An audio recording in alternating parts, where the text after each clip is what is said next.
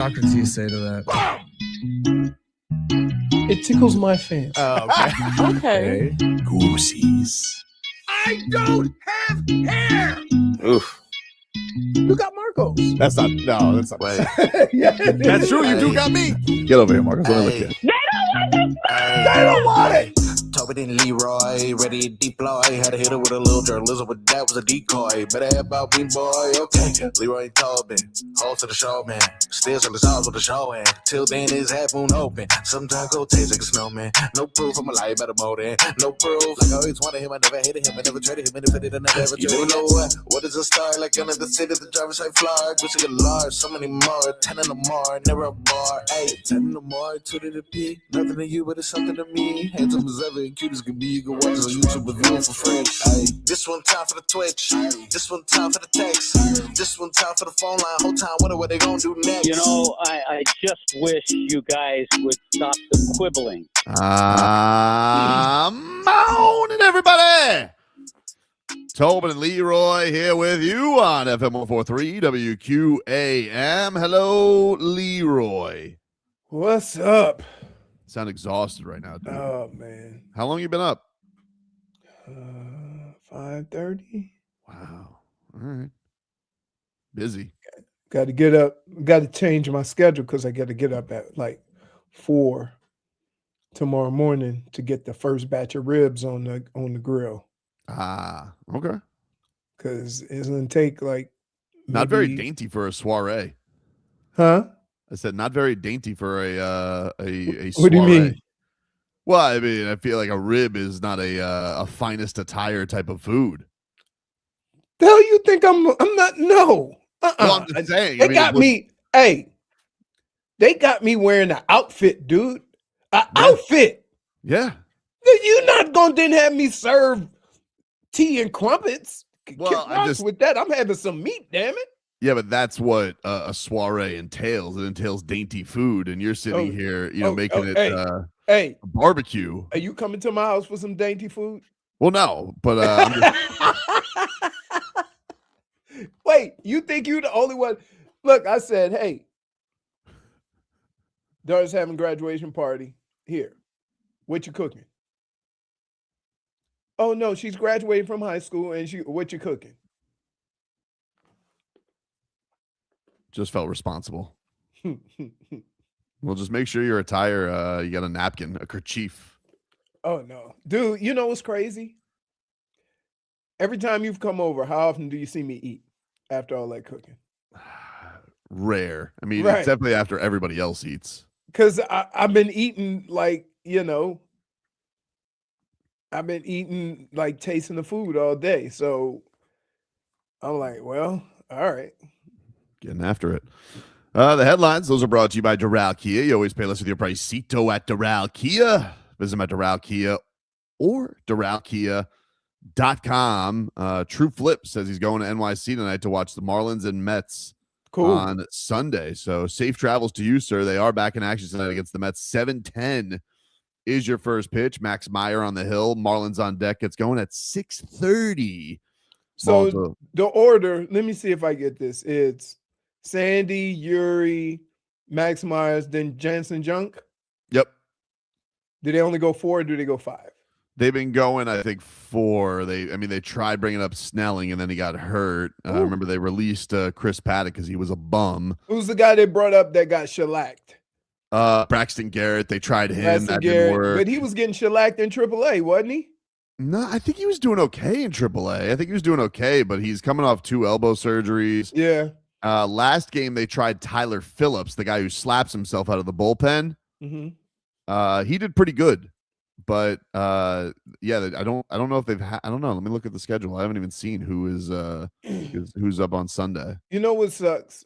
When I watch pitchers come back, and even the announcers do this, no matter what game you're watching.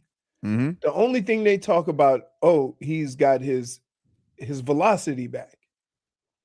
And those guys that concentrate more in that always seem to struggle coming back because their only concern is their velocity and not pitching the baseball. You know what I mean? It's a weird thing. Yeah. I mean, It's also tough. Usually once you get that second Tommy John, it's not always as easy. Usually you get one. You get one. Right. By the way, Tyler Phillips is going tomorrow. Junk will be on Sunday. Okay. Oh, so did they switch him? Yeah, because I thought so. Jansen Junk was. Well, there was an extra day off too because of the with yesterday. So I think that might have and also Yuri's hurt now, so that's that kind of messes things up. They might move Jansen Junk up. Yeah, that's probably what happened. Okay. Because Phillips is a bullpen guy, maybe it's easier. They'll probably have him go 3 innings, something like that. Yeah, your schedule this week: 7:10 tonight, 4:10 tomorrow, 1:40 on Sunday. So our buddy there who's going, True Flip, safe travels, dude. Enjoy that. Yep. Enjoy that. Meanwhile, last night you had the Western Conference Finals. The Spurs forced Game 7 with a 118-91 win over the Thunder in Game 6. Victor Wembanyama, 28 points, 10 rebounds, 2 steals, 3 blocks, and we will have a Game 7 in the Western Conference Finals. What did you make it yesterday, Leroy? I was impressed by OKC by San Antonio fighting back, playing the game necessary to win, being physical, being aggressive. I've never seen OKC shoot the ball that bad. Yeah. They had a stretcher. They went, 0 for 20? It was rough. Yeah, there was like these huge runs. Third quarter was worse than anything that the Heat have done. It was very bad. Very bad. So I don't know. The thing about OKC is they're so even-keeled. I don't know how much it'll even affect them, but you gotta worry about the fact that they didn't make anything. Yeah, I don't think in playoffs, I never think blowouts carry over. I do worry about when the Cavs blew a game like they did against the Knicks. Yeah, if that's this game here, it was once that 0 for 20 went, they kind of knew it was over, and you just all right. You kind of regroup. Yeah, right. you regroup. I remember the Heat Celtics series a couple of years in 22. It was the Heat would win close, the Celtics would blow you out, and then it wouldn't matter. You just kind of bounce back and forth, and then the Heat, you thought they were cooked going to Boston. They win that game, then they come back. You think, "Whoa, you're in a good spot to Game 7." So yeah, this series has been trading ugly games, but listen, both these teams are good defensively, and it can happen for sure. So at Saturday is Game 7. Typically they keep the. I was a little surprised. I thought typically they keep the Game 7 for Sunday, but if you guys are looking for it, it is going to be Saturday at 8:00. So be on the lookout for that. A happy 20th birthday to the greatest Lithuanian arms in all of South Florida, Kasparas Jakučionis. Don't look at me like that, Brittany. Me and JFig saw a video of him yesterday, and his arms are not as swole as they look in those pictures. And I really hate to break it to you. I disagree. I mean that dude could have his own airlines with those delts. I mean, he was looking absolutely jacked for a teenager. I mean, he's not a teenager anymore. Can I just say this? And I've told you this before. He's gonna start getting his man body. Yeah. Right? And you get in your early 20s and you're doing nothing but basketball stuff. They all get bigger. Why every year when a 19 or 20-year-old has a whole off season with the Heat, doing nothing but basketball stuff, do you always get excited about a guy now being able because to spend most of his time on his craft? Because, when I did this with Tyler Hero, I think Tyler Hero, he liked basketball. I don't think the weightlifting was his faves. But the word on Kasparas Jakučionis is gym rat, loves the iron paradise. The fact that you call it an iron paradise, you need to go in the gym more, my brother. What do you mean? People call it the Iron Paradise. No, people call it that. No, they don't. No, they don't. When you walk into the Alonzo Morning, no. I'm at the gym a lot. Trust me, dude. When you walk into the Alonzo Morning weight room at 601 Biscayne Boulevard, trust me, you might want to grab an umbrella because you're in the Iron Paradise. Oh, boy. I thought we were going to get a break. We didn't even make it through the first segment. Speaking of break, by the way, there was some pretty big news yesterday. Mitchell Robinson broke his pinky. Yeah. And so they said no timetable, but this is what he's going to look like. Yeah, he's getting surgery, and he says he is going to play in game 1. But a lot of Knicks fans were freaking out yesterday. I wonder if they put a pin in it. I don't know. I don't know. Because if you have to have it surgically fixed, that means that it either got dislocated or something cracked to where you have to secure it. So I'm almost guaranteeing you, if he had surgery, they put some kind of pin in it. And you know what that pin looks like with the little ball. Oh yeah, those things. Yeah, I remember you were in a lot of pain with that. Yeah, a lot of pain. Now that you can give a shot to. So it'll be numb, and it's not like he's not stone hands anyway. He only do 2 things. Yeah, he ain't got a wicked crossover and nothing like that. Catch lobs, and it's probably just gonna hurt like hell if he bangs it. Oh, that's gonna hurt. I mean, that's not gonna feel good. I remember one of the dogs walked by my hand, and I'm like, too close. I had to sleep like this because it was throbbing. So I had to sleep on the couch with my arm just up against the back of the couch because it was just so much pain.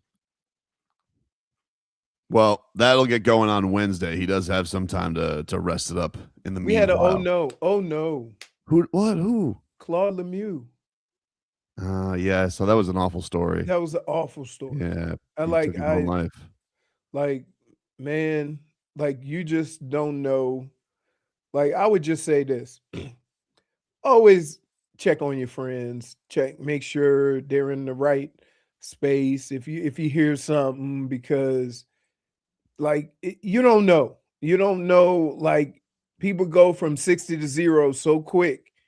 And sometimes they might just need a conversation, right? Something like, hey, we all going through this. Let's what can I do? Yeah. I don't know if that was his situation because he had a family. I don't know. But it, like, you've seen so many of these situations where it happened here too, didn't it? It happened in Palm Beach. Did it? I thought he was in Montreal he was in Montreal last week. I think he brought the flag out or something. He might have been, but I think he owns a furniture store down here. Yeah, okay. Palm Beach County. Right. Yeah, that's brutal, man. So that just sucks, man. Every time, I think about some of the guys I play with and, some of the friends, I think a lot of people remember the Junior Seau situation because he played down here. But, there's been a lot of athletes, a lot of people that just, sometimes it just gets real tough, No seamless way to go to that, Leroy. But let's get to a weather update. All right. It rained like crazy this morning. I don't know what happened. It was pouring when I got up. It rained last night extremely hard. Right now it's hazy clouds. So that means those high clouds don't really look like rain clouds. But I'm guessing at some point during the course of the day, it's going to thicken up a little bit. The breeze is coming out of, I can't even tell because it's only like 5 miles an hour, if that. And right now it's right around 80 degrees.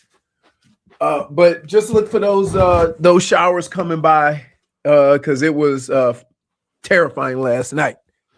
It rained really hard. The weather report brought to you by Tornado Roofing and Contracting, helping homeowners stay safe this storm season. Visit tornadoroofing.com for a free roof and window estimate. Hey, the world's biggest soccer tournament has arrived, and you can trade the entire tournament on Kalshi. On Kalshi, you can trade every match from the opening stage all the way to the final. So you think Argentina's going to do it again? They got the goat. Hopefully the hammy's good. Hopefully it's good. But they're currently trading at 9%, meaning a $100 trade gets you over a $1,000 payout. But you listen, here also, we got our eyes on the whole harpoons and what's going on right now.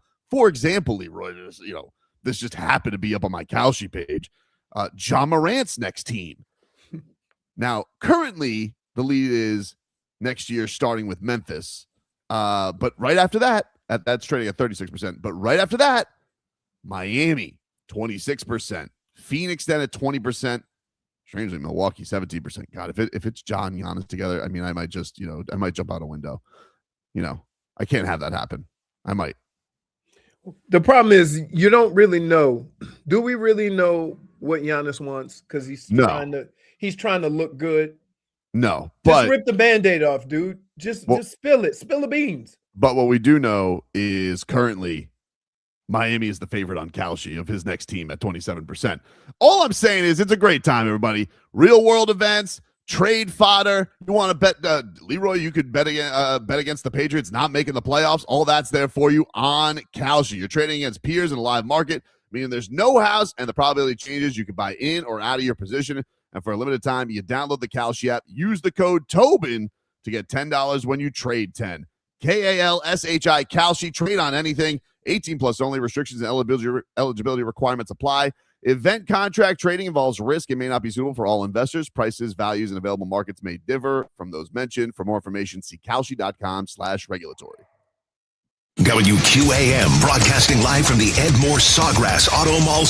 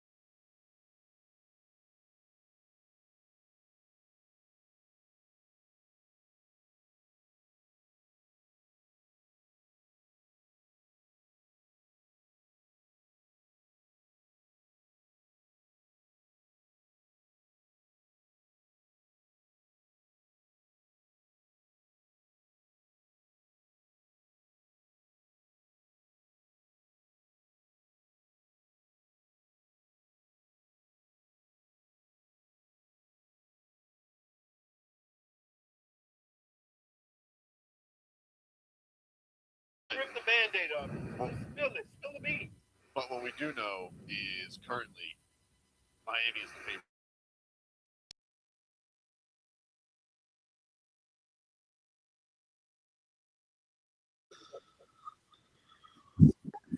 All right, welcome back, everybody. Tobin and Leroy here with you on FM 104.3 WQAM. Take you guys up until 2 here on the program. So yesterday, Commissioner Cover-Up got his way, and the lottery rules have changed, and how he is the all-powerful commissioner who could do whatever he pleases with draft picks. So congratulations. They won on a vote 29-1. Memphis was the only team that didn't vote for this. I think it had to do because they already have 2 number 5 picks. You can't have 3 years of top 5 picks. You can't have back-to-back years at the number 1 pick. And basically the way that it works, I'm not going to give you the whole breakdown because that's what Adam Silver wants. This is what he does. Tricks you with the details, and then you don't really think about the game. But basically, the worst teams in the league now have a worse chance than the I teams. So there's a 3-2-1. There's the teams that lose. There's the teams that get in the play-in and advance to the playoffs, and they get through. Then you have everybody from the play-in teams all the way to the pretty bad teams, and then the worst teams. The worst 3 teams will be the teams that have the lower odds than the teams that aren't quite as bad. And then you have the other teams that just won in the play-in, and that's the way the lottery is going to work now. So basically, if you are really, really, really bad, you're going to be really, really bad for a long time. Yeah, pretty much. Which, again, to me, this is one of those things that, I get it. You don't want to reward what happened this year. I think really what they should do is they should limit protections on trades, because I think that was a big thing of this, of this is such and such protected. So the middle teams were going in the tank because they didn't want to give up their pick. Right, because they owed a pick. They owed a pick out there. And now it's a worse thing for Miami because of this Charlotte trade, because Charlotte, if the Heat, I guess now they would have to not make the playoffs. They get to keep their pick, and it's protected. But then next year it's unprotected. So, who knows if the Heat are just mediocre. Let's say they don't get Giannis. They would have better odds now than they would the previous system.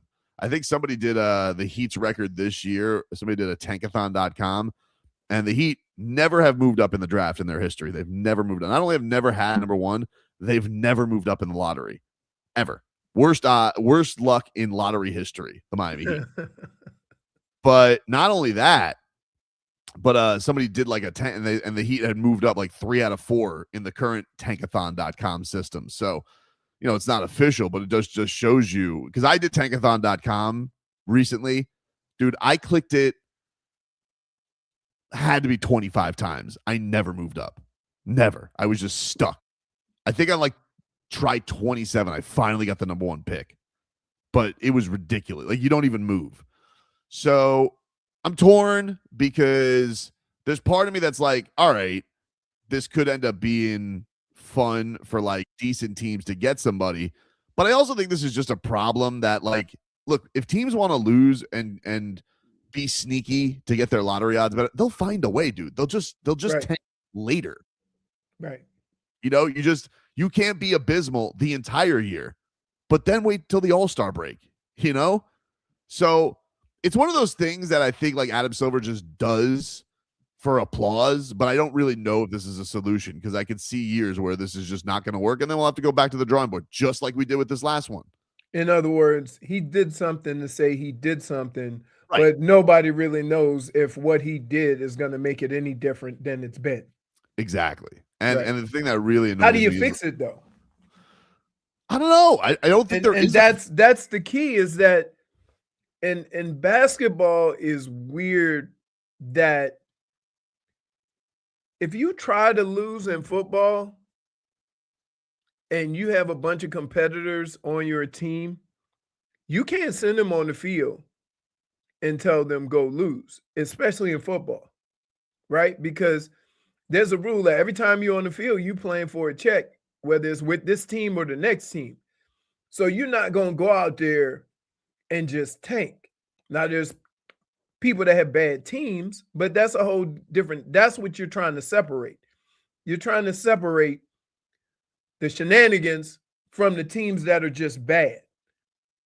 And in basketball, they all can play. So you're telling me that no matter how bad a team is, they can't get hot for a month? Like, it happens all the time. We saw that a couple times with the Heat, with the Kings beating them. But that was Zach LaVine. I mean, Zach LaVine is a former All-Star. Like, he got crazy hot. We obviously know the infamous Jazz game. The Jazz, to me, were the worst ones because they were, like, trying for 3 quarters, and then they were just like, nah, we're benching everybody. And they still won. Right. Against Miami, they did. So yeah. I don't. But that really did set off the, you know, this to you know, because they got fined big time. But they weren't, I mean, like, okay, they got embarrassed for what, a day, and they still got the number 2 pick. Like, nothing happened to them. How does it work in baseball? I don't know. It's a weird, because I would look at how I've been waiting for the Marlins to get the number 1 pick forever. I don't remember the Marlins having the number 1 pick in my JJ lifetime. Bidet, wasn't he one? He was a first round pick. He wasn't the number 1. Oh, he wasn't pick. one. Okay. But I just think that the more you try to control something and what people do, sometimes the worse it gets. You make it more difficult or easier for those teams to do that, and you're trying to fix them doing that. I think I personally, what I would do is, if you're going out of your way to tank, then you get less of a cut. Right, which is essentially what he can do now. He can take because why should a team like, say, the Wizards benefit from the Heat trying with a team that is either injured or lacks talent? Why should the Heat be penalized for having a standard in which they play basketball? Agreed. And Philadelphia be rewarded for having a process. Yeah, no, agree. I think that there is something to that. Like, you shouldn't reward embarrassment. But look, there are situations like, you know, Indiana lost their best player. You know, like, what are you supposed to do? Like, I'm supposed to be mad at them? Or how lucky San Antonio was fortunate when they had David Robinson out for the year and then ended up with Tim Duncan. That's not an organization that does stuff like that. Yeah, but this just happened with them with Wemby's blood clots and them getting Harper. Right. Exactly. So, you know, but the part that makes this tricky is you have those situations and those teams shouldn't be penalized.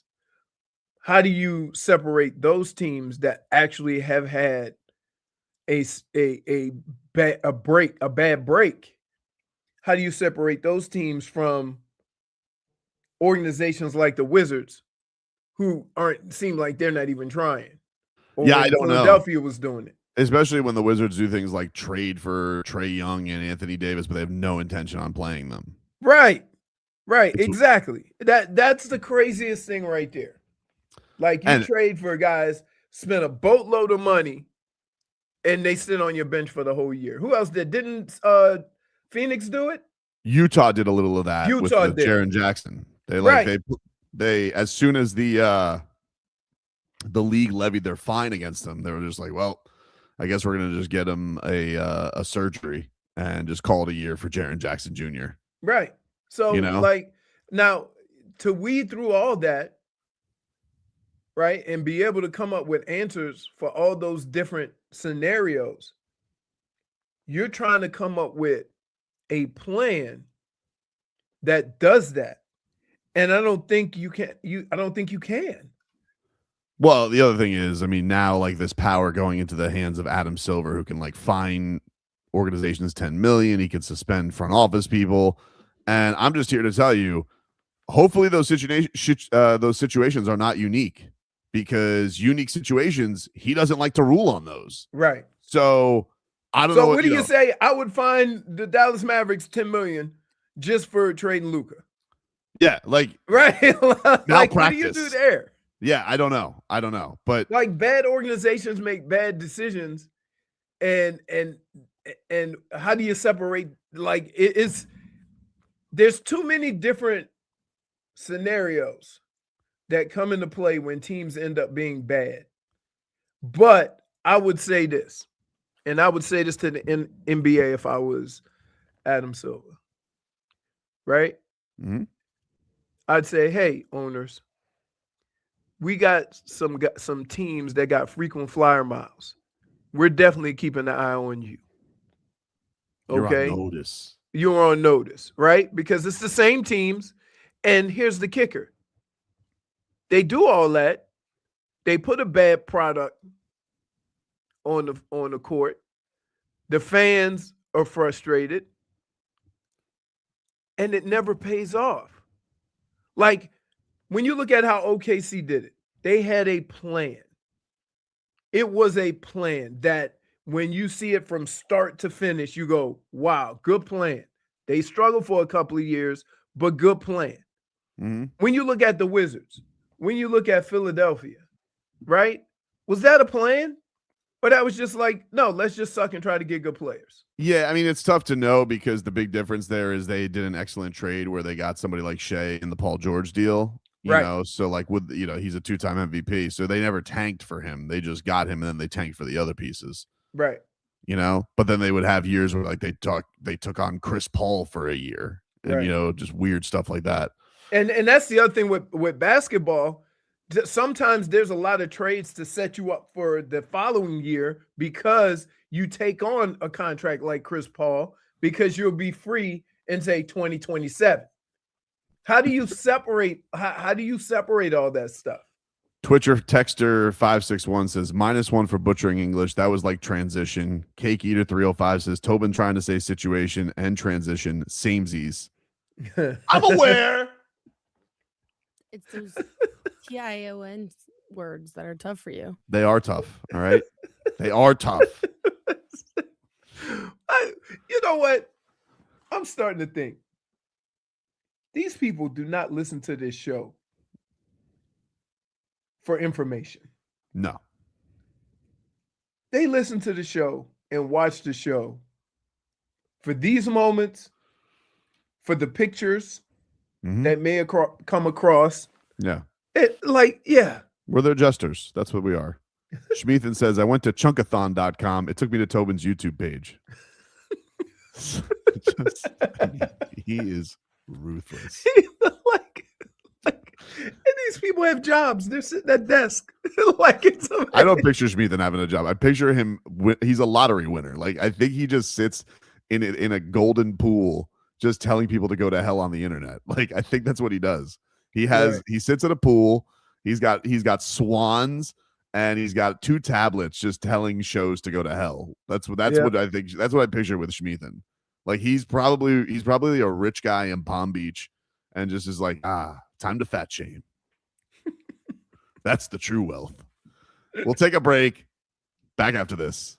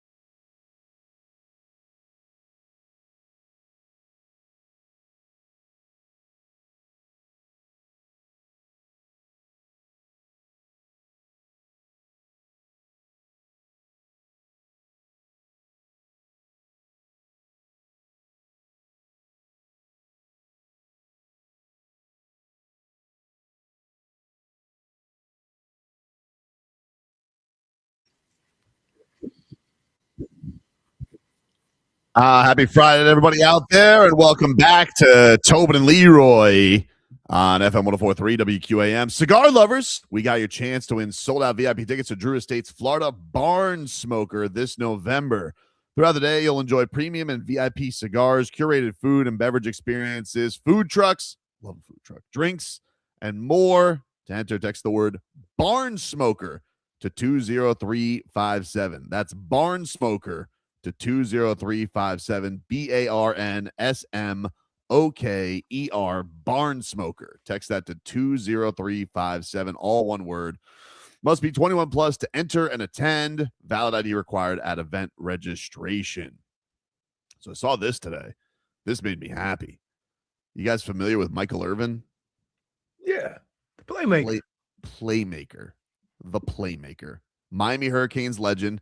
Maybe the most insane Miami Hurricanes fan there's ever been. He may be a more insane fan than he was a good player for the Miami Hurricanes, because he will be on all fours watching the Miami Hurricanes try and score. Let's not forget the sweating. Oh, the sweating, dude. I can't wait. And of course, takes the belt out and he beats the water cooler with the other team's jersey on it. He's an insane Canes fan. I mean, we remember how he reacted when they won the NIL. And I was like, man, that guy's love for the Canes is like none other. But he also loves the Dallas Cowboys. Okay. And he was on the DLLS podcast.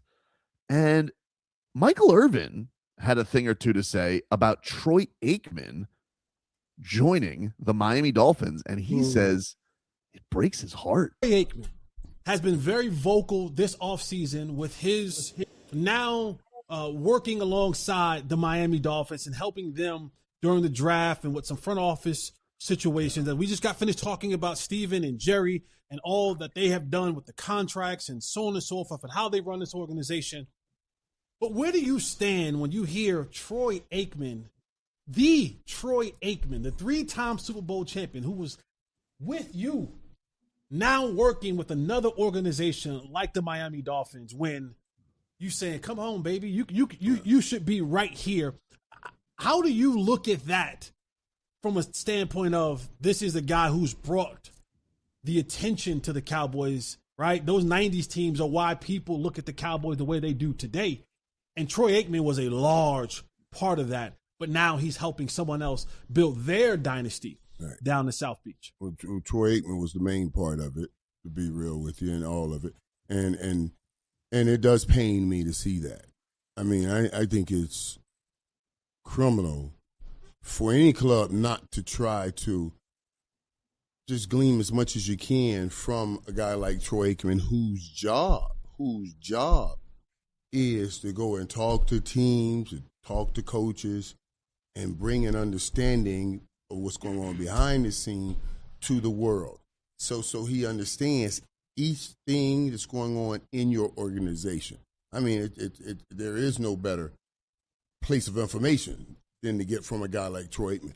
And Tom Brady's smart enough to be doing that and have part ownership into a team. I think that's a hell of an advantage for Tom Brady. You know what I mean? Sooner or later, he has to get it right. So yeah, absolutely, that hurts me. It pains me to see that happening, because I know Troy wanted to do that. Troy wanted a John Elway situation here in Dallas, and I know he wanted it, and certainly he's earned it, but it's not going to happen. That's because I'm all in, Troy. Sorry. See, and I'm glad when you said, or when he was asking the question, he was asking it as if Troy Aikman decided he was going to help the Miami Dolphins. But Michael Irvin pointed out, it almost seems as if Dallas didn't even try or didn't want him around.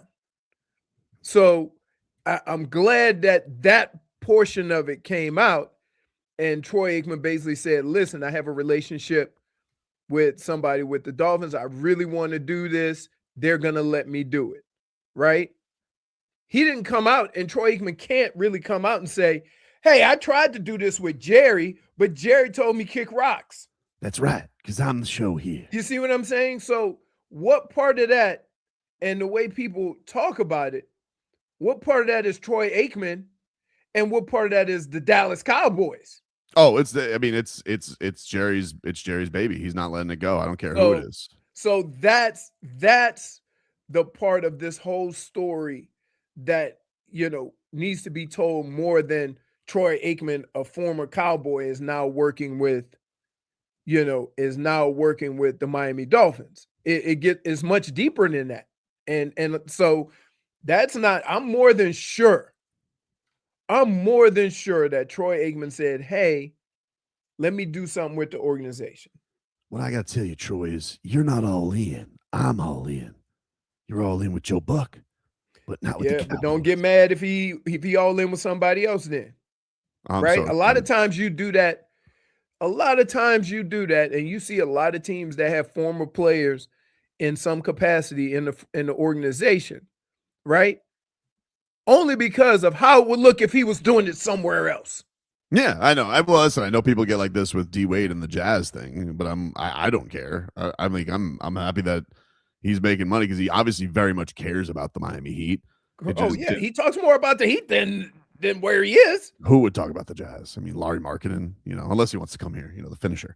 But yeah, I mean, like you could hear that it bothers Michael Irvin, and he's just like, but listen, don't worry about it. I think he's bothered. He sounds like he's bothered by the situation. This should not happen. Yeah, he's bothered by Jerry. It shouldn't be a possibility if Troy Aikman or somebody of that ilk wants to work in football, then the team that he played for and brought prominence to should be the first team to reach out to him. That's basically what Michael Irvin is saying. But he's not throwing either side under the bus because, again, he loves the Cowboys. Yeah, he's not gonna rip Jerry Jones, right? Obviously, but he's probably thinking it. He goes, "Hey, idiots," Well, look, it's out there. It's out there. Like everybody reacted, and this is the problem that I have with the whole situation.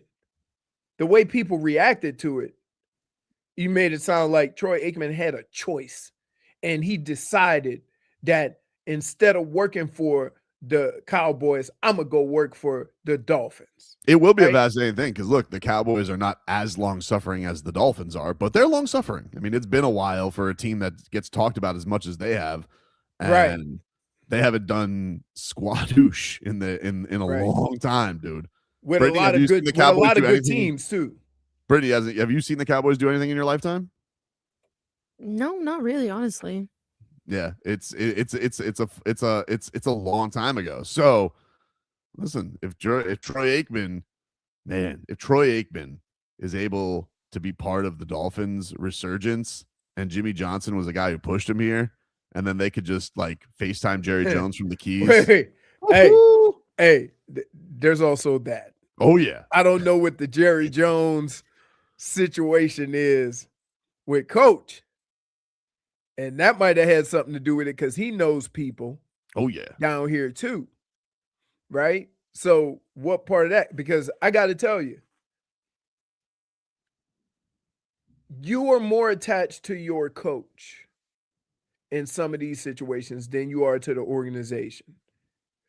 Case in point, when you see coaches after having having one of these runs like Bill Belichick or you look at even somebody like Andy Reid or whatever. When you look at and they move to the next team, they bring former players with them.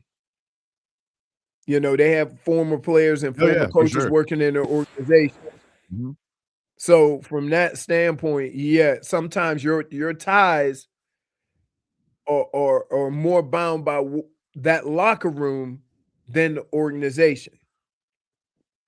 We'll take a break here on the program. More to come. We're back after this.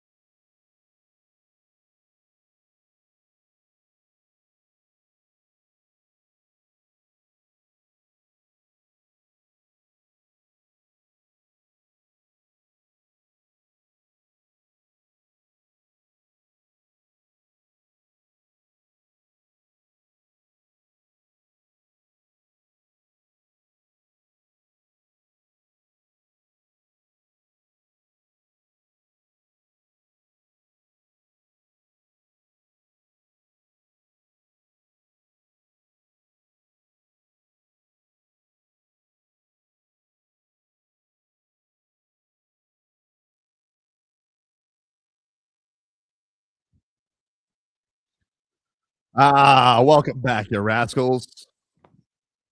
Tobin and Leroy here with you on FM 104.3 WQAM. We'll start off this hour, give you a little weather update. Brought to you by Tornado Roofing and Contracting, helping keep your home and family safe when the storm rolls in. Visit tornadoroofing.com for your free roof and window estimate. Currently 84 degrees in Miami, cloudy, thunderstorms expected around 6 o'clock. So, if you're going out tonight, bring a poncho.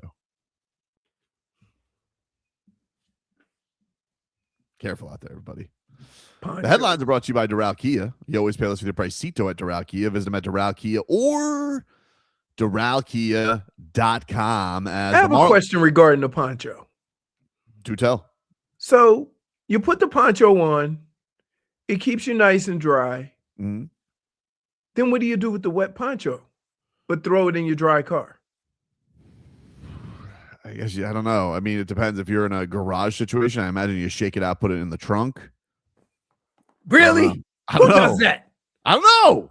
I find them to be one use only. Yeah, most ponchos are use and throw away, are they not? Like at the games? At the games, yeah. Oh, they make a killing on ponchos. I actually hate ponchos, and I'd rather get rained on than wear a poncho. Just because of the soupiness of like what the plastic does to you, or you just don't like the texture? It is, yeah, like you sweat so much under that poncho, and the heat is just trapped in there. And especially in South Florida, that it's hot and humid. And it's just foggy in there, and it smells, and and it starts sticking to your skin. And it's like, at this point, I just prefer it to be rained on. Yeah, I've been rained, like doing Marlins games. Going to Marlins games as a wee lad before these roof days. I just went through the rain. Had a hoodie on maybe once in a while if it was that kind of weather. But if it was soupy, just deal with it. You're a stupid kid. You just you power through. I was underneath the overhang. Yeah. In the club level. Yeah. Wherever me and Kenny Lofton traded tickets. So wherever the family section was. The canopy's good now. I mean, you got that. That makes things better. Yeah. At the Rock. Which, by the way, so I'm very confused by the FIFA rules. It's not allowed to be Hard Rock Stadium? No. They cover it up? Yeah, they have to cover it. It's just called like Miami Stadium. Why? Because There's Hard Rock no sponsors. They don't want to give anybody free sponsors. Yeah. But isn't that the rules of buying? No, because here's the difference. Here's the difference. When you have an event down here, okay, so whether it's a concert or whatever, it's Stephen Ross's organization that's running that or leasing it out, and therefore the naming rights come into play. I think when the World Cup comes into town, they basically rent the building and take over the building, and they don't want to give away any free advertising. Yeah, so like even the employees of Hard Rock aren't working the World Cup because they're licensing their own, like the World Cup event is licensing their own workers. So it has nothing to do, it's not affiliated with Hard Rock Stadium at all. Right. Crazy. It's almost like it's kind of like the fight game, right? Like you go into a venue and you basically rent the building. Well, the World Cup, they rent the building, but they don't want to give any free advertising to the world. So if you work security for Hard Rock, you then have to work for FIFA? Yeah. So like if you go online, like all these last couple months, and like if you're looking at the jobs, it's all like FIFA this, FIFA that, FIFA this, FIFA that, because they don't have anybody from Hard Rock actually working. And that's why the tickets and the parking can cost so much, because they are governing that every aspect of it. Yeah. Well, the parking is always a lot. They're gonna. It's not more than F1. Yeah, well, I mean, there's fewer spots because they got a stupid racetrack running through there.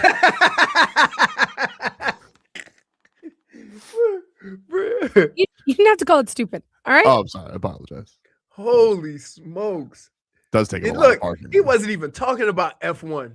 He just said stupid F1 racetrack and you flipped out. Because it's rude. I don't call his fight stupid, do I? No. We do. I We've do been not. I don't Brittany, disrespect him ever. Brittany, we went in. We've seen fights where a guy basically walked in with a newspaper and a cigarette. The guy swung one time and then he picked up his newspaper and cigarette and left. We've seen fights where a guy canceled and a smaller guy came in, but they still fought him anyway. And the smaller guy won against the guy they were trying to promote. No, the craziest thing going to a regional fight, Brittany, is the family and friends, to be honest with you, because they fight more than the fighters. Dude, we saw this guy get flying knee. Like, did you ever see the Jorge Masvidal knockout? Do you know that one where he hit a guy with a flying knee and knocked him out in 5 seconds? So we saw one of those we watched it at Extreme Action Park. So we literally, Leroy watched it and I watched it in a roller skating rink. That's where the cage was set up. Right. And a guy got flying kneed, and like to the point where they needed oxygen to revive the guy. He was,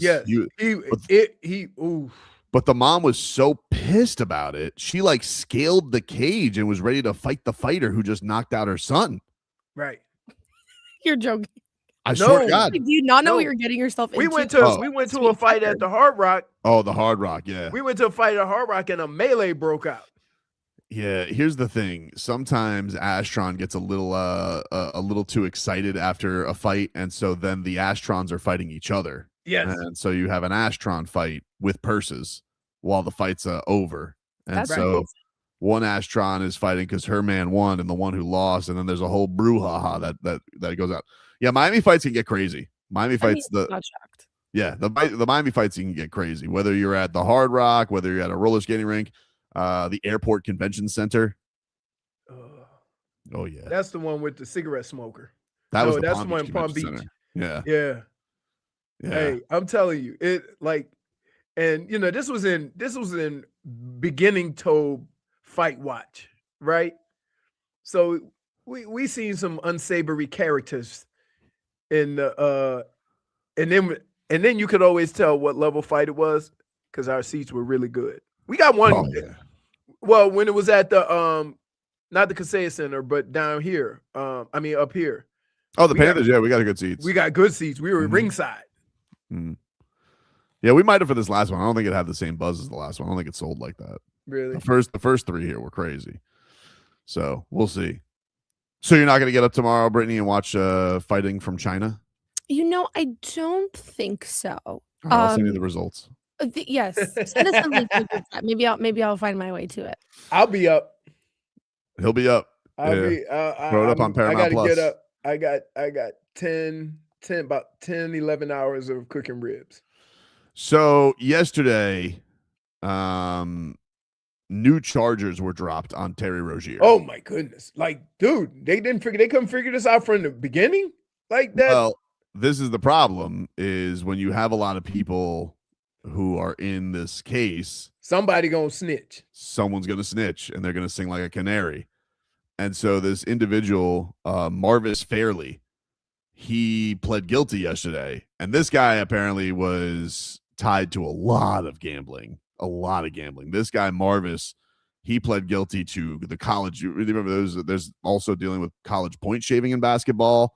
Mm-hmm. This guy apparently paid off guys in the Chinese basketball league. This is degenerate stuff. I mean, it's crazy. But I think this is it seems like the plan was, let's get games that nobody cares about, nobody's gambling on. And so this guy yesterday, he pled guilty to a bunch of charges. I'll give you the story here from The Athletic. This is from Mike Vorkanoff. A defendant in the federal NBA gambling case told a judge Thursday that he paid an NBA player to change his performance so he could bet on him. The player, a federal prosecutor later clarified, was former Charlotte Hornet and Terry Rozier and Miami Heat guard Terry Rozier. Through his attorney, Rozier disputed the claim. The defendant, Marvis Fairley, made an admission and pled guilty to 7 felony counts in 2 separate cases brought by the Department of Justice last year. Federal prosecutors say that Fairley was one of the men who helped orchestrate the NBA insider betting case, which led to the indictments of Rozier and Damon Jones. So basically, this guy orchestrated with Terry Rozier's friend, who is, I guess, was the go-between for this. And they agreed that Terry Rozier was going to take himself out of a game. I think the guy's name's Lester De Niro. I think was the guy's was Terry Rozier's friend. And basically they picked the game. They told these guys, hey, this is when Terry Rozier is going to come out. They did not tell this. Obviously, we know they didn't tell the Charlotte Hornets which game it was. And so the payoff for that was Terry Rozier was going to get $100,000, which it seems crazy. Mind you, this guy was making $20+ million. It seems like an insane decision to make. But I also believe this individual, that Terry Rozier, is also paying the legal fees of his friend, which was also disputed by the prosecutors. He split the money with him. So I think I don't know if this was something that was hatched by his friend or why Terry Rozier didn't just want to give his friend $100,000. But according to this charges, that was the fee that was set up through all of this. And he actually didn't even get all of it because apparently he hit his rebounds too quick. So they according to the indictment, it got brought down to $70,000. $70,000. So wait, so they whacked him. They whacked him part of the money because he played too well. They whacked him for getting too many rebounds. Jeez. Yeah, it's crazy. Yeah, this now is direct. Keep in mind, this is also for a guy who made what, $26 million last year. Dude, and this is the other thing. Terry Rozier made $27 million. Didn't have a cent kept from him. That's crazy. Didn't miss. And that wasn't even 1%. Right. It's 0.01. Is it 0.01 or 0.001%? You're the math major. I'll say 0.01. This is the indictment, the new charges that they've brought forth. And mind you, Damian Jones has already pled guilty. This individual's pled guilty. We don't have Chauncey Billups yet. And I believe Terry Rozier is hitting trial in the fall, I think is when. So this is these are new charges. These are superseding charges because of the bribe. It said that Terry Rozier, towards the end of the season, suffered a lower leg injury. Although he continued to play with the injury, he planned on using the injury to withdraw early from a game in exchange for approximately a $100,000 bribe with co-conspirator De Niro Laster. Sorry, I flipped his name. De Niro Laster, Marvis Fairley, and co-conspirator number 1. That's a snitch. That Rozier would withdraw early to be determined at a game and on the basis of his injury so that the co-conspirators could bet on the information before it became public. Rozier also agreed to give Laster a portion of the bribe. He communicated with Fairley and the co-conspirator using encrypted applications to keep them updated as the anticipated game grew closer. Unbelievable. So I was curious to see how much he made over his entire career. Terry Rozier? Yeah, just in total in the NBA and his NBA career, I looked it up. $160 million. Yeah.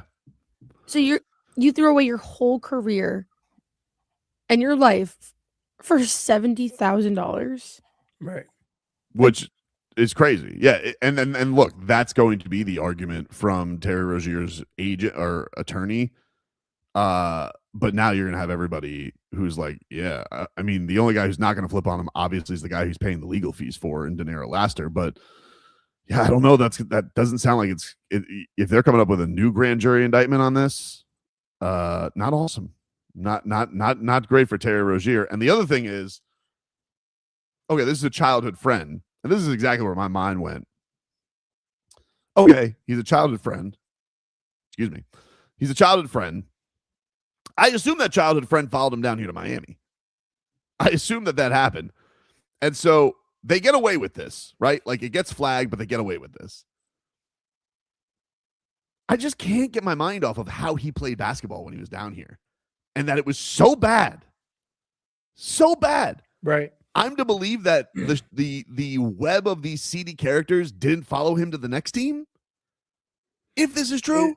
It does. It does raise a number of questions, and this is why you can't have gambling around your sport, or the players need to, face charges. Because think of it this way. We're talking about a sport that 40% success at a skill at that level is great. Right? Mm-hmm. There's only a handful of people shooting over 40% from 3. So let's take that if a guy goes 1 for 10 on any given night, you don't think it's that big of a deal because usually it works itself out. He'll go 5 for 10. Like, use Duncan Robinson. Duncan Robinson will go 5 for 6 3 nights in a row and then go 1 for 8 for a month. It's happened. Now, every time you see that, you're going to forget about the 40% aspect of it. You're going to look at it like everybody's looking at Terry Rozier. Like every shot this man took, everything that he did on the basketball court raises questions. Of course. That's the part of this you can't have on, especially in a sport like basketball. Which makes the fact that the league just swept this under the rug and didn't tell the Miami Heat that, hey, this was something that he was connected to, all the more messed up. Right. Because just because somebody did it once, allegedly, and you thought there was no wrongdoing, who's to say if somebody gets away with a crime, they don't do it again? Right. Like we can't, based on the way he played down here, if the whole situation gets figured out and Terry just wasn't aware of what the hell he was doing or whatever, how can you not look at that moment and then look at all the games where he was absolutely terrible and say, oh, he was still doing it? Yeah, because his fall off was inexplicable. It was ever since the neck thing. Which also I have questions about. Right. I also have questions about it because now it's like, oh, you took your season out 1 year. We had this strange neck injury that happened out of nowhere. Right. Like, and I'm sorry neck that's injury right. to the point where you couldn't play basketball for like 6 months. Yeah. And I'm just like, how do you, and again, I don't know. We'll find out if he ends up being guilty or not. But with all of this stuff and more information that comes out, how do you not, if you're the Miami Heat or the league, all this stuff, or the league, or the league, how do you not, like, this has been going on now, what, 5 years? Well, the original thing happened The original in 2023. He's been arrested. He got arrested last summer. Okay. So you're talking about 3 years. You're telling me that the federal government is looking into something and the league and the Heat don't know? Right? And not only that, you trade a first round pick. Crazy. Like, I don't know what part of it to believe the most. And this is the thing that Pat Riley, like when he was asked about this by Ira in the end of season press conference, he made it sound like he basically got told, take a second round pick and shut the hell up. We're not investigating anything. If this franchise believes it was so aggrieved with the Terry Rozier situation out of a first round pick, why settle for a middling second round pick? I don't know why you want to go down this road.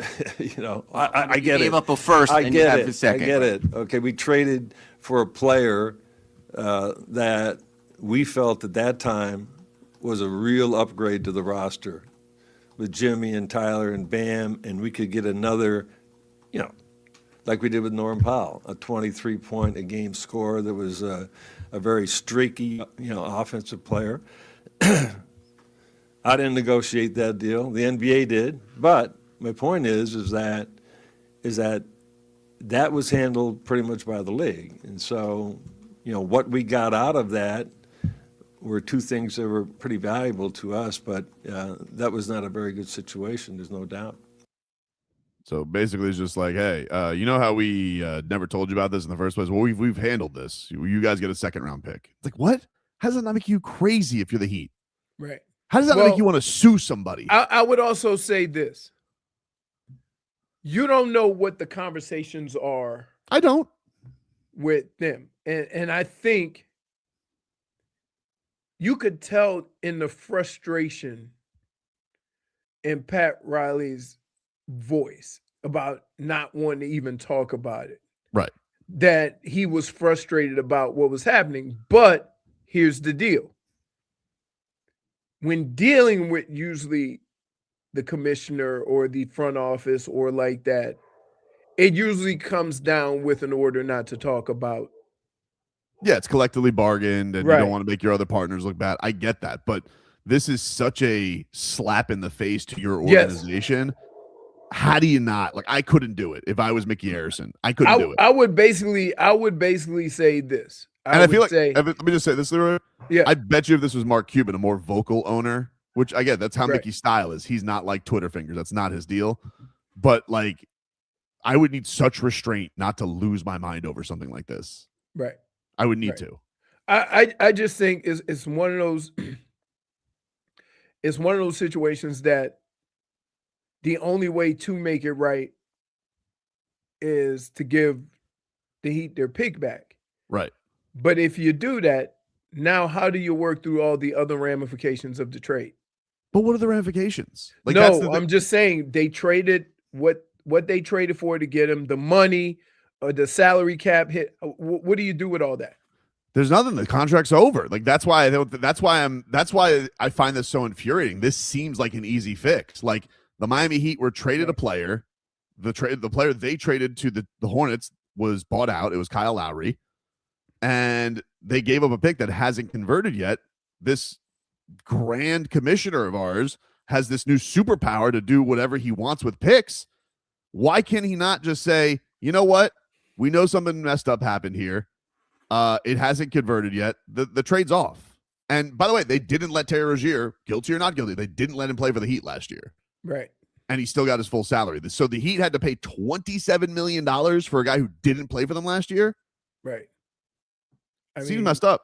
Based on the way he was playing, that might have been a good thing. Listen, I can't argue that. It was a bad trade. I can't argue that it was a good trade. It was a bad trade.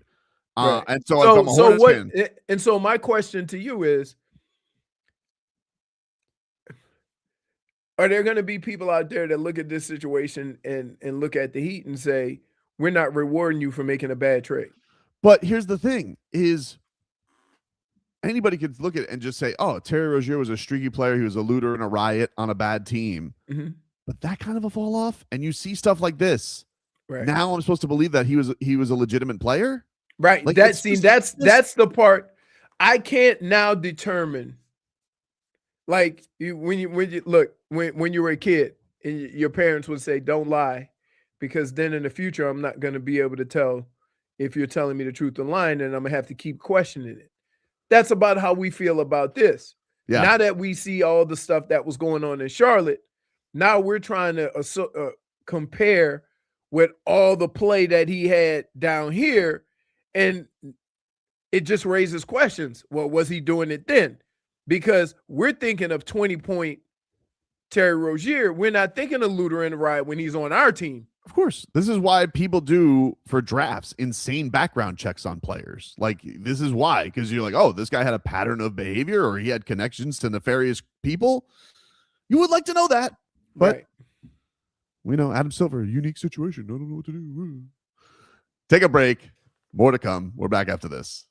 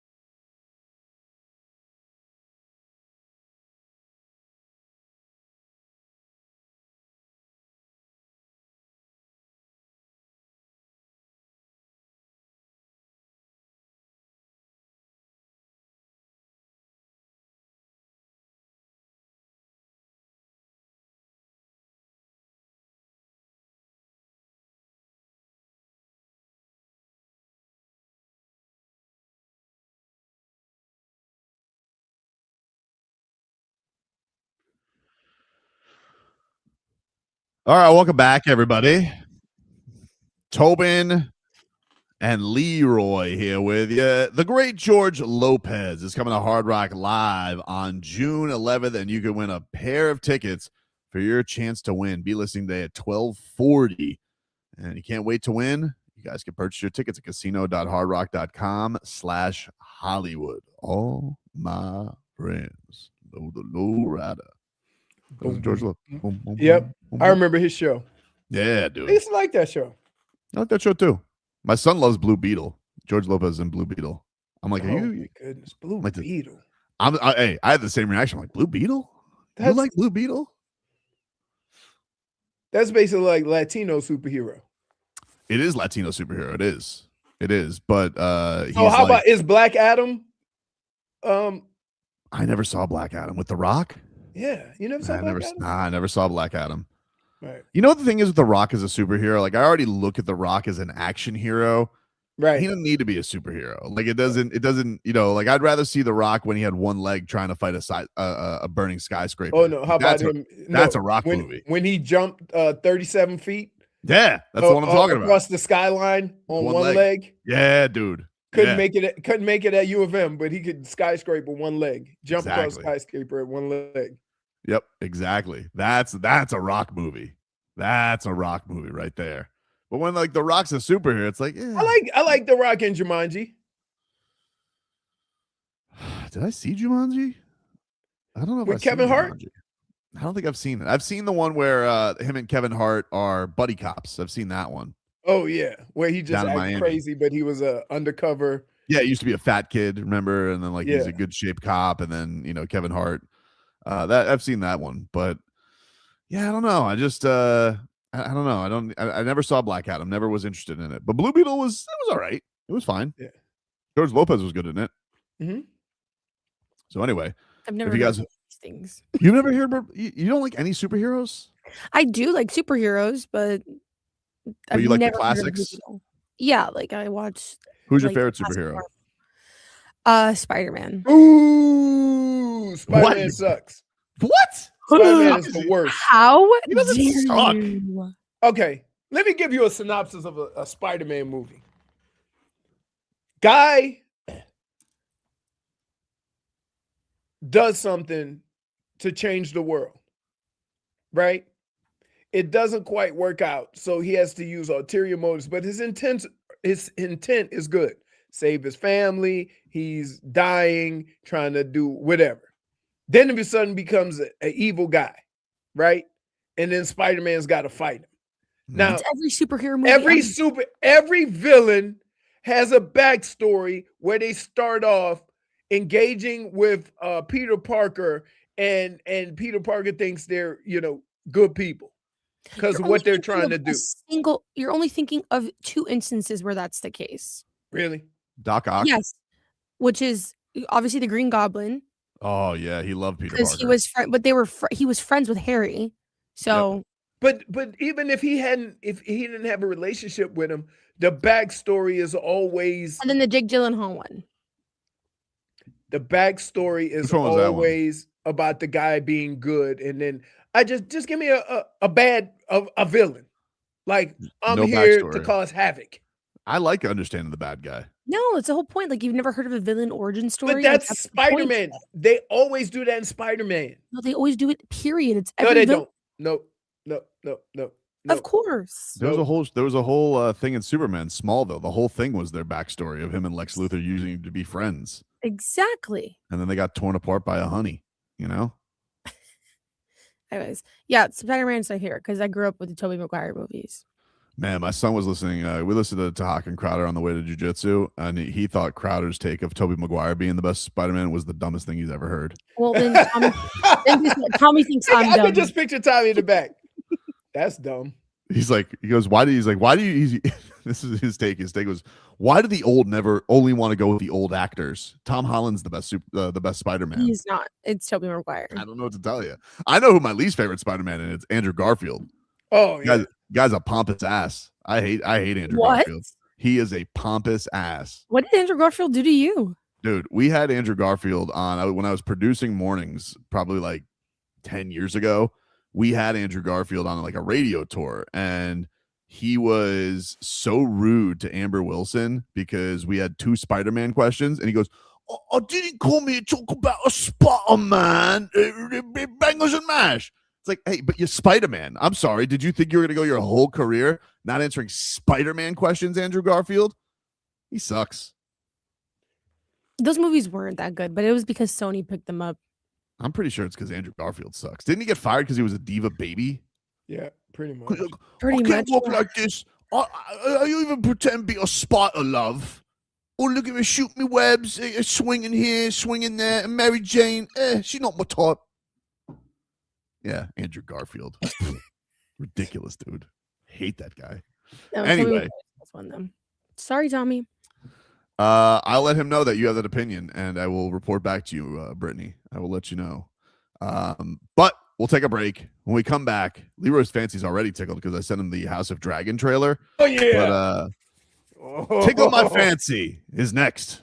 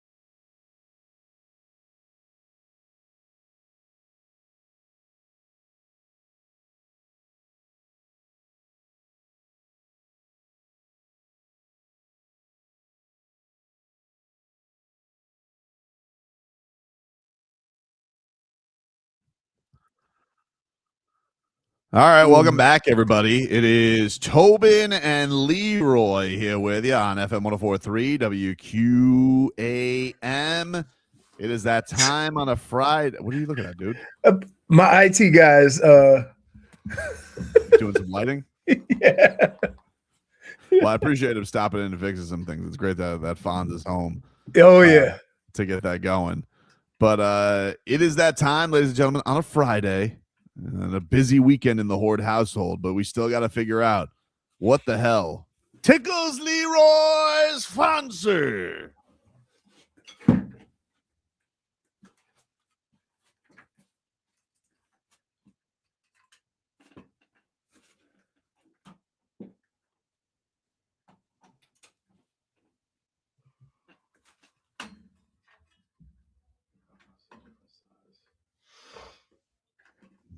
All right, Leroy, are you ready for the weekend? I'm ready.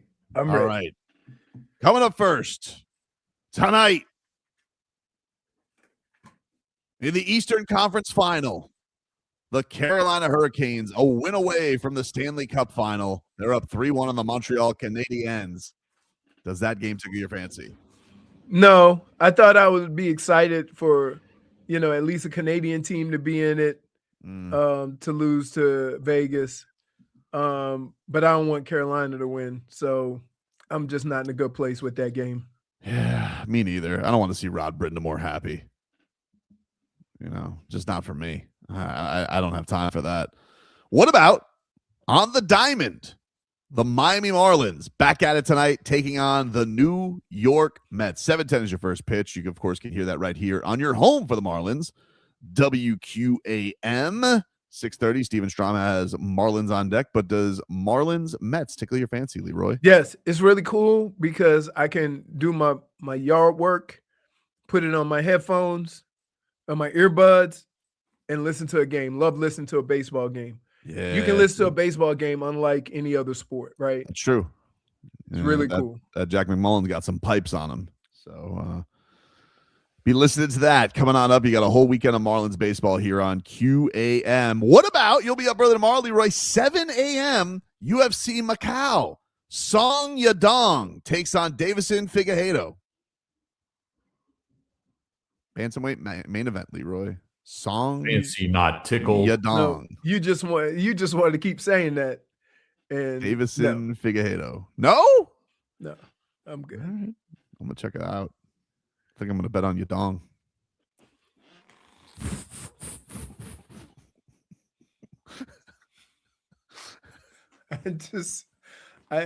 Brittany, I know he was locked and loaded for something to go, so I just backed away from it, right? But he still delivered. Let me see if I can look that up on Kalshi right now. Oh, sure can. You're a child. Why, dude? You're so immature. Am I immature? Why? Because you guys aren't excited for Song Yadong? Nobody wants to watch Yadong fight. That's not true. He's a very entertaining fighter, Yadong. Trading at 82% right now at Kalshi. Promo code Tobin. Anyway. So the higher the percentages, the lower the payout? Yes, that's the favorite. Okay. So the lower the number, the better you pay out. Also, tomorrow, Leroy, the French Open. Coco Gauff against, let's see if I get this name right, Anastasia Potapova. That's pretty close. I think I got it. Does that tickle your fancy, seeing Coco in action? What time is that? I don't think they've given me a time yet on that. Right. Yeah, no, I'm out. All right. Fancy. I like most of my 10 a.m. 10 a.m. It is set now. Most of my consumption. You know what? I might be able to watch it because, when you cook ribs, you have 2-3 hour breaks. So I might be in front of TV napping. Yeah. But if I really want to nap, I'll do golf. Who's golfing this weekend? What do we got? They're playing at the Byron Nelson. Oh, the old Byron Nelson, eh? Yes. I forget what it's called. The Charles Schwab Cup. Charles Schwab Challenge in Fort Worth, Texas. Charles Schwab Challenge, which is the Byron Nelson. A lot of the same tournaments have new sponsors, so they have different names, but most of the time you'll hear him say the Byron Nelson. JJ Spawn currently leading. He's 10 under. So he teed off yesterday evening, and he's teed off this morning because he can't be that far along. He's through 11. Wow, through 11. Yep. That's crazy because it's an hour behind there. So he must have teed off at like 7 this morning. What about tomorrow night in boxing? Stephanie Hahn takes on Holly Holm. In boxing? In boxing. Holly Holm is on the MVP card tomorrow. Amanda Serrano is also on that card. Who? Amanda Serrano is also on that card. Can I just say I've never been a fan of Holly Holmes. I don't know why. Really? Yeah. Like kind of a boring fighter, other than knocking out Ronda Rousey. Yeah, but is she the one that runs back and forth, like bounces up and down, back and forth, like she's got ADHD? Yeah, I've always been turned off by that. Like, I don't like pre-fight antics to the point where you look like you about to run in there and get knocked out. Right? Save your energy. She was a boxer before UFC. Really? Okay. Yeah, she was a champion boxer before UFC, and then she went to UFC, and she really is like the Buster Douglas of UFC. She didn't have a very great UFC run, but she has one of the biggest upsets of all time. Right. Also on DAZN, Dimitri Bivol takes on Michael Eifert. Does that tickle your fancy for the light heavyweight championship? No. Fancy, not tickled. Fair enough. Saturday night, Leroy. Spurs Thunder. Game 7. Does that tickle your fancy? It should tickle your fancy too, because we're gonna find a way to be in our attire, top hats and monocles, watching the game. Now I don't know. Say this Wembanyama, he's quite the chap. It's the way that he just pulled that out of thin air. No, Brittany, he's got a bag. You know, wait, Brittany. So you weren't doing the show when he burned something in the hat. Yeah, this is a in the house. He burned something, so he had a bonfire in that hat, and he said it was a closed set. And you still kept it? No, it's a new one. Oh, that's nice. What is that one for? I know why you have the army one. That was like the capture the flag thing. Top hats and monocles for Gentleman Sweep. Okay. So And now it's for Snitchy Mouse's soiree. So you're gonna wear it on Sunday? Yeah, of course. Saturday, yeah, of course. Saturday, sorry. So game 7, tickle your fancy? Yes, absolutely. Yeah, that's good. Absolutely. We will find a way. We will find a way to watch that. Sunday at 3:30, the Las Vegas Aces take on the Golden State Valkyries on NBC. No, any interested in Aja Wilson? Doesn't she play for the Aces? She does. The Valkyries play the Aces. Okay, the Valkyries play the Aces. Yeah. All right. When you said Golden State and the all right. Yeah. I didn't even know Golden State had a team. I think they're pretty new. Yeah, it's like 2 years. 2 years. Last year was your first season. No. Like I'll watch the WNBA, but I'm not tuning in to the WNBA. You think Bam like has to go hang out with Steph? You know, he calls him up. He goes, "Hey man, I'm gonna be in San Fran. You want to hang?" He goes, "Hey." I think if there's anybody who could, it would be Bam. Oh, me too. I think Bam is loved by everyone. I have never seen a player more loved wherever they play than Bam. Calls him up. He goes, "Hey, you want to sit courtside with me?" He goes, "You don't have any friends?" He goes, "No, I have to find friends every city I go to.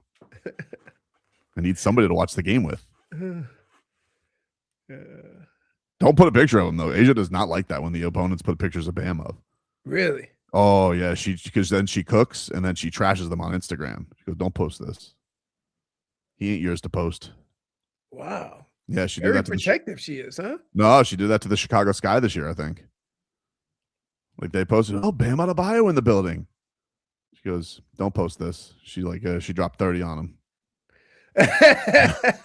Hey, by the way, may have dodged the bullet. Chicago Angel keeping Reese? Angel. Oh my goodness, dude. Yeah. It's getting worse. She have 6 points and 17 rebounds, but 10 of them are from her misses. Yeah. Me Bounds is having a tough time right now. A tough time. While telling everybody she's one of the best players in the NBA, WNBA. That's right. Like that's what makes it worse. Right? This is a perfect example in sports where everybody would be cool with your contribution if you were humble about it. But now that you've been out there saying, me and Caitlin Clark changed the women's game and all this stuff like that, and her going back and forth with Caitlin Clark earlier in their careers, now people paying attention more, and for some reason they're treating you like you better than you ever were. I think Caitlin Clark had a stinker yesterday. She does. You know what? She periodically does kind of. 3 for 12. Yeah, but did they win? No. Oh, yeah, she only took 12 shots. No. But that's what I'm saying. Like when you're supposed to star in your team only takes 12 shots, what a chance of you winning? Well, that is Tickle My Fancy. We'll take a break. Back after this.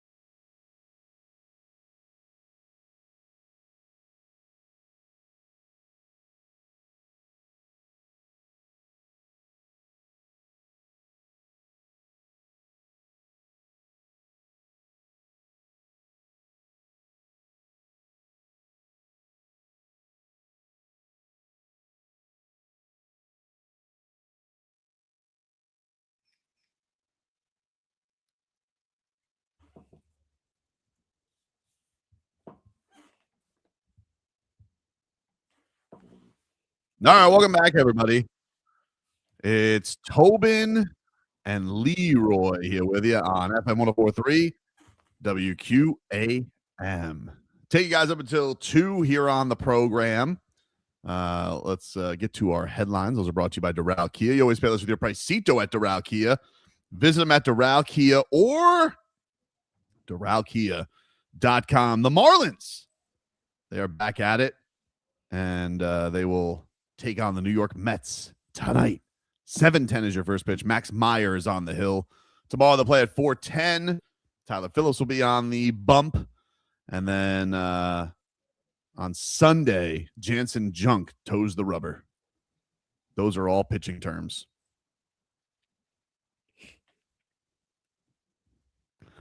Western Conference Finals last night, the Spurs forced a Game 7. They win 118-91. They beat the hell out of the Thunder. And so the Spurs even things up. They will play Game 7 on Saturday. Wemby, 28 points, 10 rebounds in the victory. And also, the Giannis sweepstakes remain going on. But before we do that, Leroy, can we get a weather update? Of course. Brought to us by Tornado Roofing and Contracting. Storm season is coming. Make sure your home is ready. Get your free roof and window estimate today. Visit tornadoroofing.com. It's partly cloudy. The clouds seem to be thickening a little bit. Winds seem like they're coming out of the west now. West, maybe a little northwest. Still 5 to 10 miles an hour. It seemed like gusting a little bit more than that. It's probably like 83, 84 degrees. And based on what happened yesterday, I would expect some type of rain shower at some point today. All right. Well, we'll be on the lookout for that, everybody. But no ponchos, all right? We're not poncho people here on the show anymore. We're not poncho people here. We're not poncho people.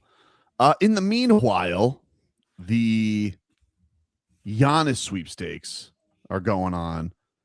And Cleveland was kind of kicked around this week, according to Brian Windhorst, that they were going to snoop around Giannis. There's a report here from Mark Stein, and they were going to offer Evan Mobley. And this is what it said from Mark Stein. It says, while we've previously written about Cleveland's exploratory trade interest in Milwaukee's Giannis Antetokounmpo before the in-season trade deadline nearly 4 months ago, sources said that the Cavaliers should be regarded as unlikely to factor into a trade for Antetokounmpo this summer, no matter how high Evan Mobley ranks on the Bucks' wish list returns in a theoretical Giannis deal. The skepticism alone about whether Antetokounmpo would want to extend in Cleveland beyond 1 year left on his current contract is one significant factor working against the headline swap of Milwaukee. How could the Cavaliers surrender valuable trade assets, even if the two-time MVP, without assurances that he would want to sign a contract extension? Another obstacle for the Bucks, Mobley at 24 is regarded in Cleveland as the sort of player who could offer a legitimate bridge to a successful post-Donovan Mitchell future. All right, so there you go. It doesn't appear like they are too keen on giving up Evan Mobley, especially because they're scared that Giannis doesn't want to live in Cleveland. All right. I mean, he's not from here. So why is he, at some point, like in the way these teams sell, getting the best deal versus trading a player to where he wants to go, is they do that by sending them to a contender and saying, you would look pretty ridiculous, right, if you didn't want to go to this team that could win. They kind of did that with Dame. Dame wanted to go in Miami, but could he say he never said Miami? He always said, well, he did say Miami. He did say Miami. He said Miami, and then the league got all of their undies in a bunch because they thought his agent was being too forthcoming in shooting down trade rumors. Remember, I don't remember if there was a fine or a very stern warning. So actually, no, the opposite happened. He was too aggressive in saying that he wanted to go to Miami, and that caused Miami wouldn't give up the assets. No, they wouldn't. I mean, first of all, this Joe Cronin, this bastard, wouldn't engage with the Heat because he felt embarrassed. He felt like the Damian Lillard and the Heat had foisted one on him to just take the Heat's package. And he's like, "Oh, dude, don't embarrass me. I'm Joe Cronin." That's my impression of him. And so he acted like he was a good guy sending him to Milwaukee, even though he's not a good guy, because Damian Lillard didn't want to be in Milwaukee, even if it was with Giannis. Now, strangely, mystery team has emerged. As we said, Leroy, you don't really have a trade sweepstakes until a mystery team has emerged. Who's the mystery team? The Portland Trailblazers. According to... Wait. Didn't he already play with like get traded from Portland? And then he already played with Dame? He did. And so you're saying the Dame situation didn't work out, they're going to run it back? I'm saying that Chris Haynes is saying that the Portland Trailblazers have interest in Giannis Antetokounmpo. Now, mind you, I believe there are some picks that they could get unlocked, like their own picks back in a way, so that's why they would be interested in Giannis. Now, Chris Haynes, who's got, I believe, familial ties to Giannis. I think he's cousins with his wife. He had reported earlier in the week that he had not heard Giannis is interested in going to Boston. That was another thing that was kicked around, that Giannis wants to play in Boston. That seems crazy. That he wouldn't want to play in Boston? That he would want to play in Portland. Well, he didn't say that he wants to play in Portland. He said that he wouldn't completely rule it out. It sounds like Giannis hasn't told Portland to kick rocks. You Maybe know why? like he's told Cleveland. You know why? Because he doesn't want to look like the bad guy. Yeah, I think also he's probably like, really? Portland wants to trade for me? We tried that. That's probably what he would say. He goes, we tried that. Right. We tried that. And that's what I'm saying. Why would Portland think it didn't work there? Why does he think it will work here? They got a new owner. New owners do like to do splashy things, even though he's been a bit of a cheapskate on the other stuff. I'm sure he would pay to have a star like Giannis on his team. I'm sure he's willing to offer Giannis $70 million a year. I don't know. Wait, like, I mean, he has to know that like NBA players are expensive. I mean, at the rate he's with some of the things he's doing, he pinching pennies. He would be the first owner to pinch pennies like that. Chris Haynes said on Sirius XM, he says, I do believe Giannis would at least consider Portland.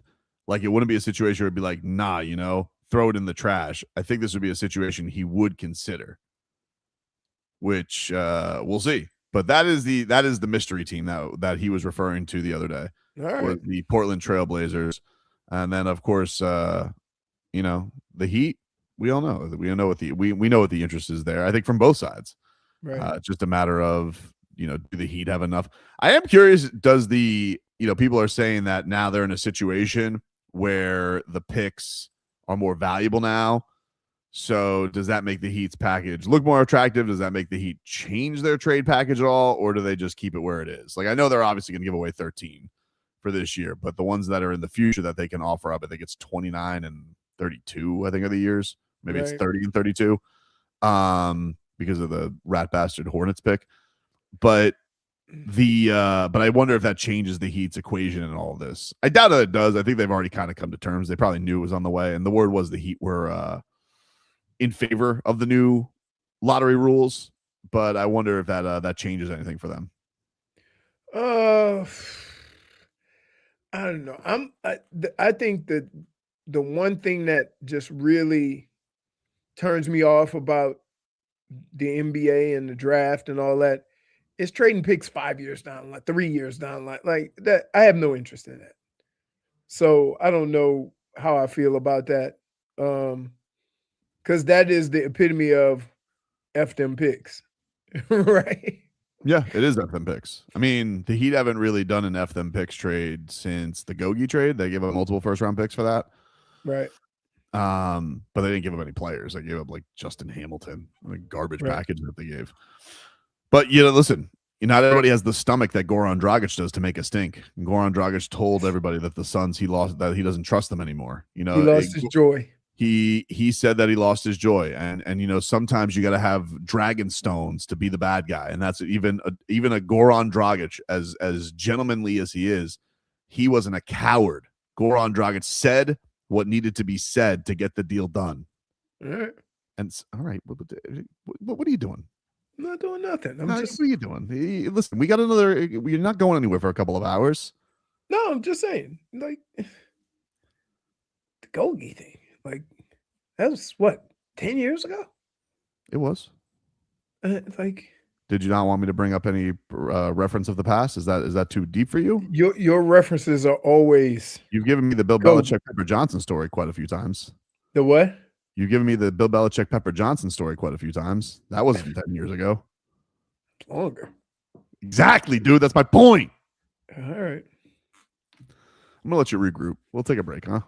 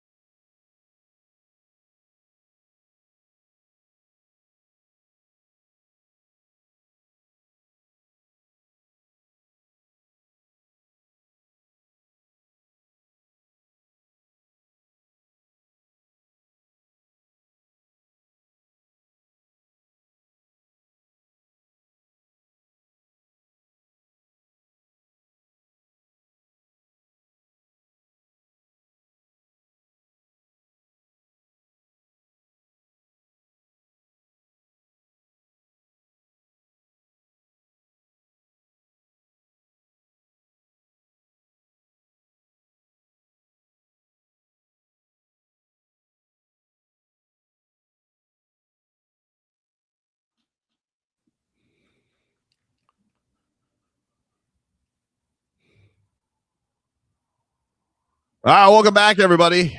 It is Tobin and Leroy here with you on FM 104.3 WQAM. Happy to be with you here on a Friday, going into this lovely, lovely weekend.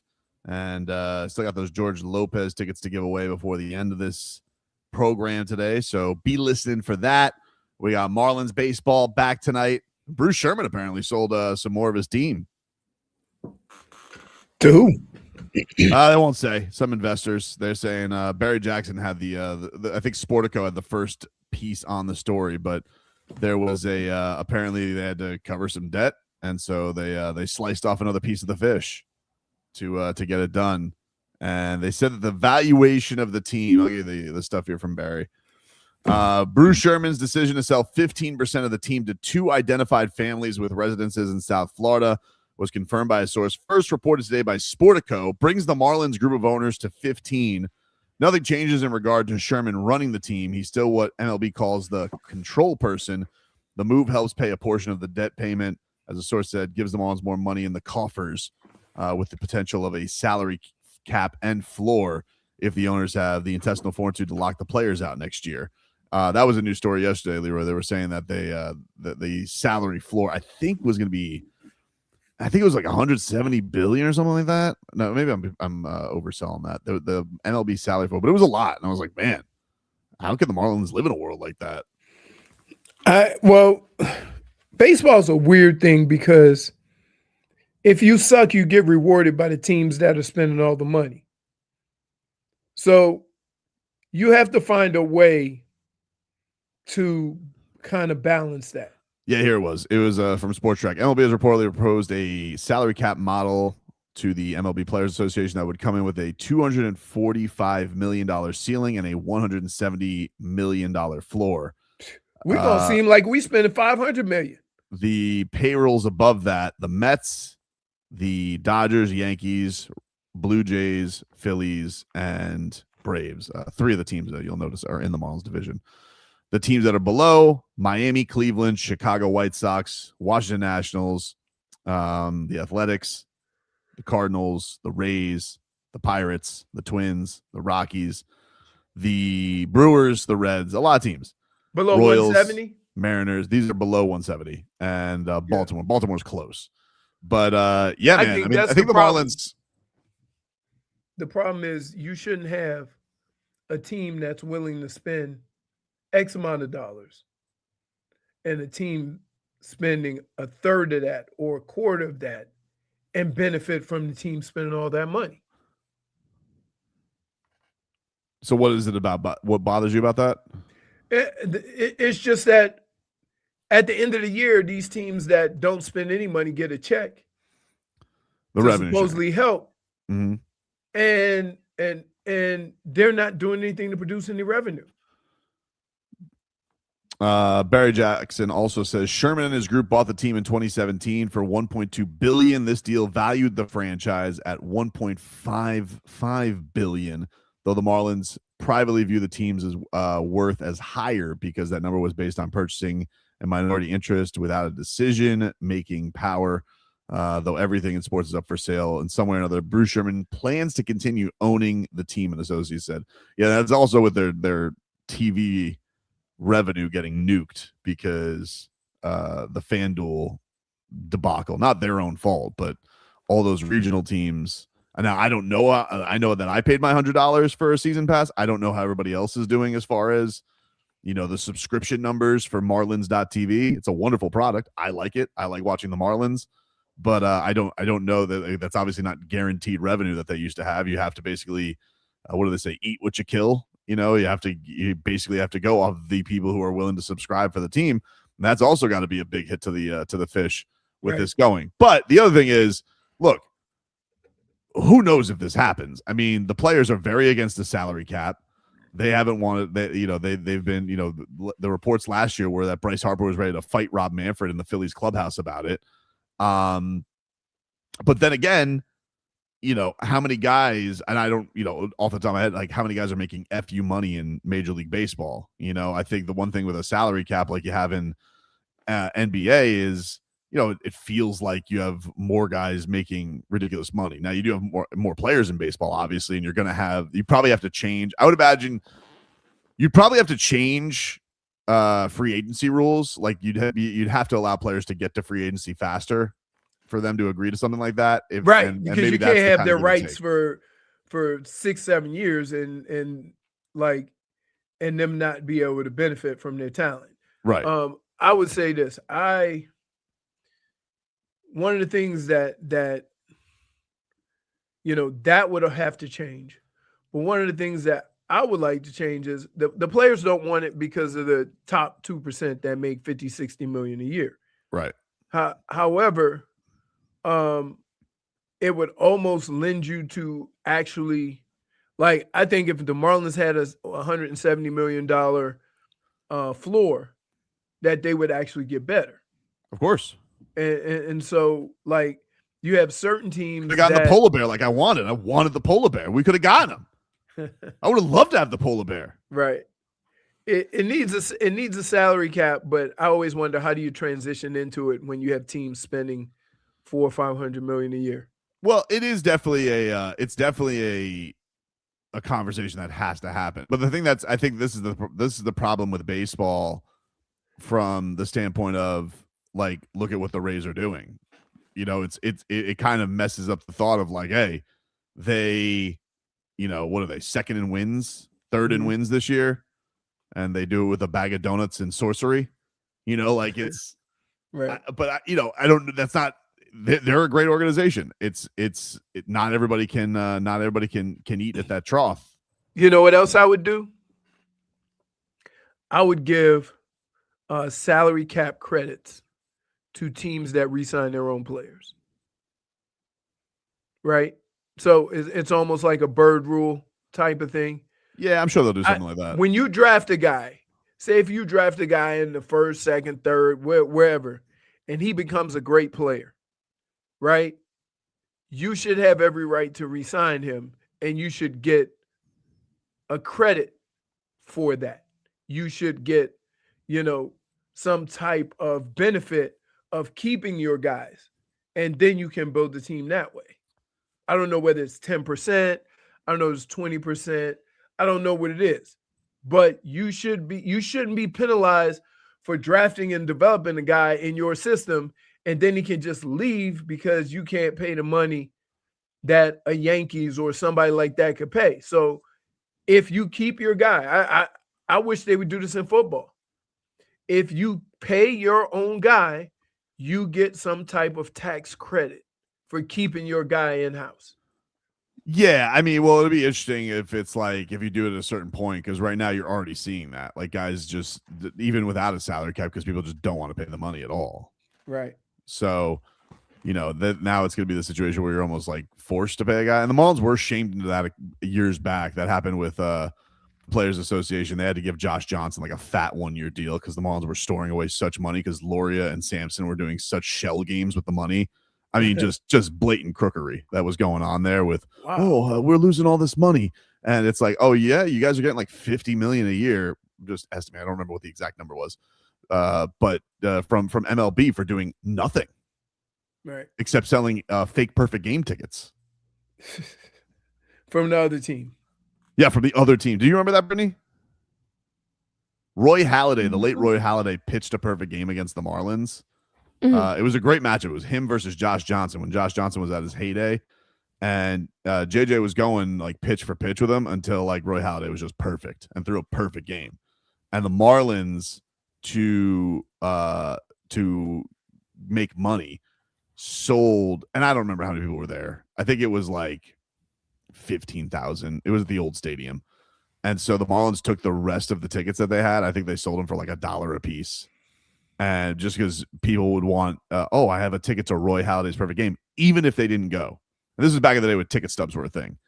And it was such a low moment because it's first of all, one, God, that's such a bad look. And then second of all, who the hell would buy a ticket to a game they didn't go to?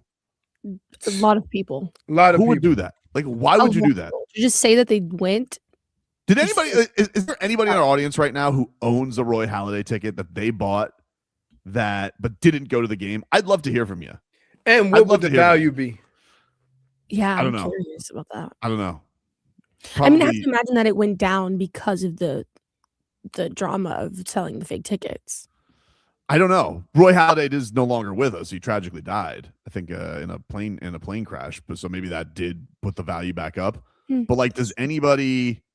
Let me see. Perfect game ticket. Are they sold on eBay right now? Wow.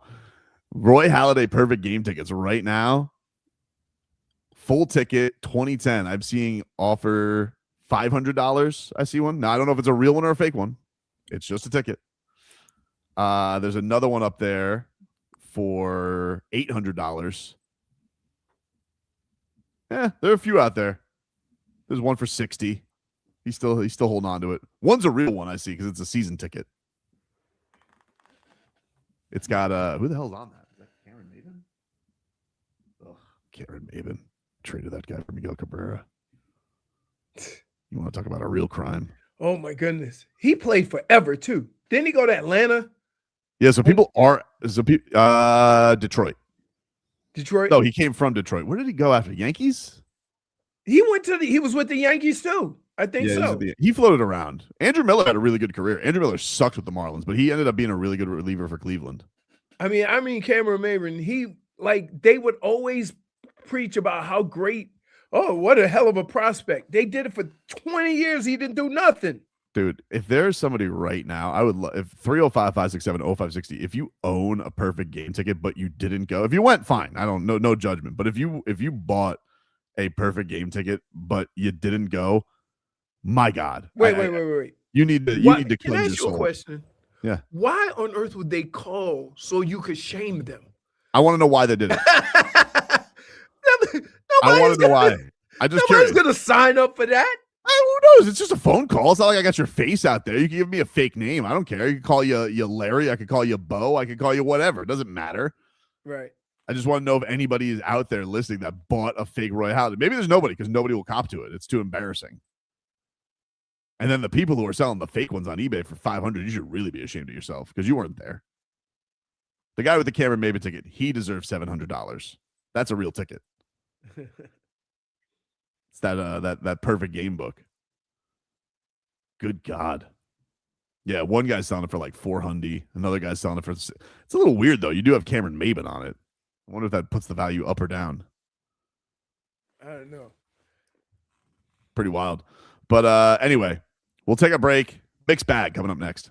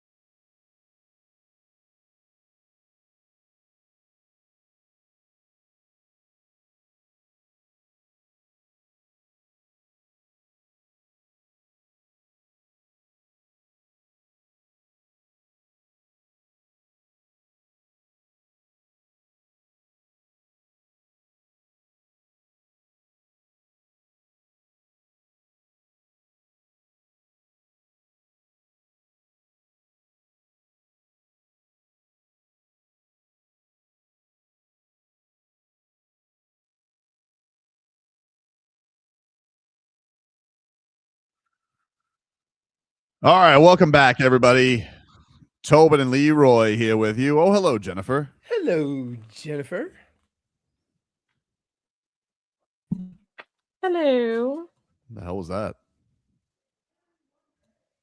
There's a lot going on here. You look like you're like trying not to commit a crime. Like, what the hell's going on? You're scoping around your dungeon there. Like, it's like, who's looking? Who's here? What's going on? Yep. Okay, great. Are you guys like both on a word count today? Like, are you guys bullpen pitchers? You and Jennifer. I'm not on a word count. What are you talking about? What do you mean? You guys have been very limited with the word. Brittany, am I crazy here, or No, I both in haven't. this I've hour been being talking- very I've been low on the chatting it syllables? up. What are you talking about? Oh, dude, you can say a lot of things. You cannot say you've been chatting it up. Yeah, I was Leroy, you have thinking to be about very Rick. today. Okay. I think my last 3 days have been. I think you're caught up with being up at 4 a.m. I think you need a nap. He needs a nap. I think I am after the show, but I got a couple of more things to do out back. And So, yeah, man, it was rather mysterious there. Yeah, I don't know what she's doing. She's up to no good. Wow. When am I ever? Let's get to the mixed bag here, huh?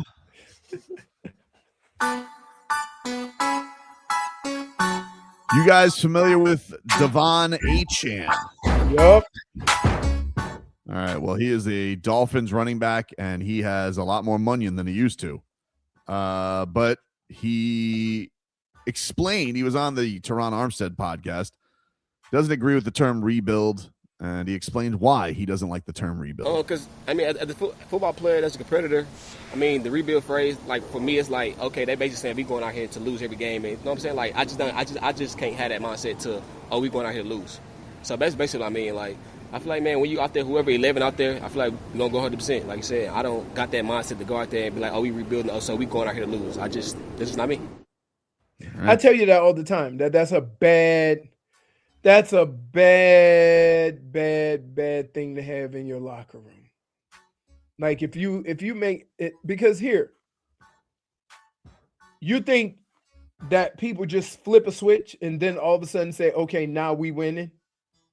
No, it's something that you build in you, the competitiveness, to be in the locker room and know that every time every guy is going to give everything they have. That's kind of the culture you have to set.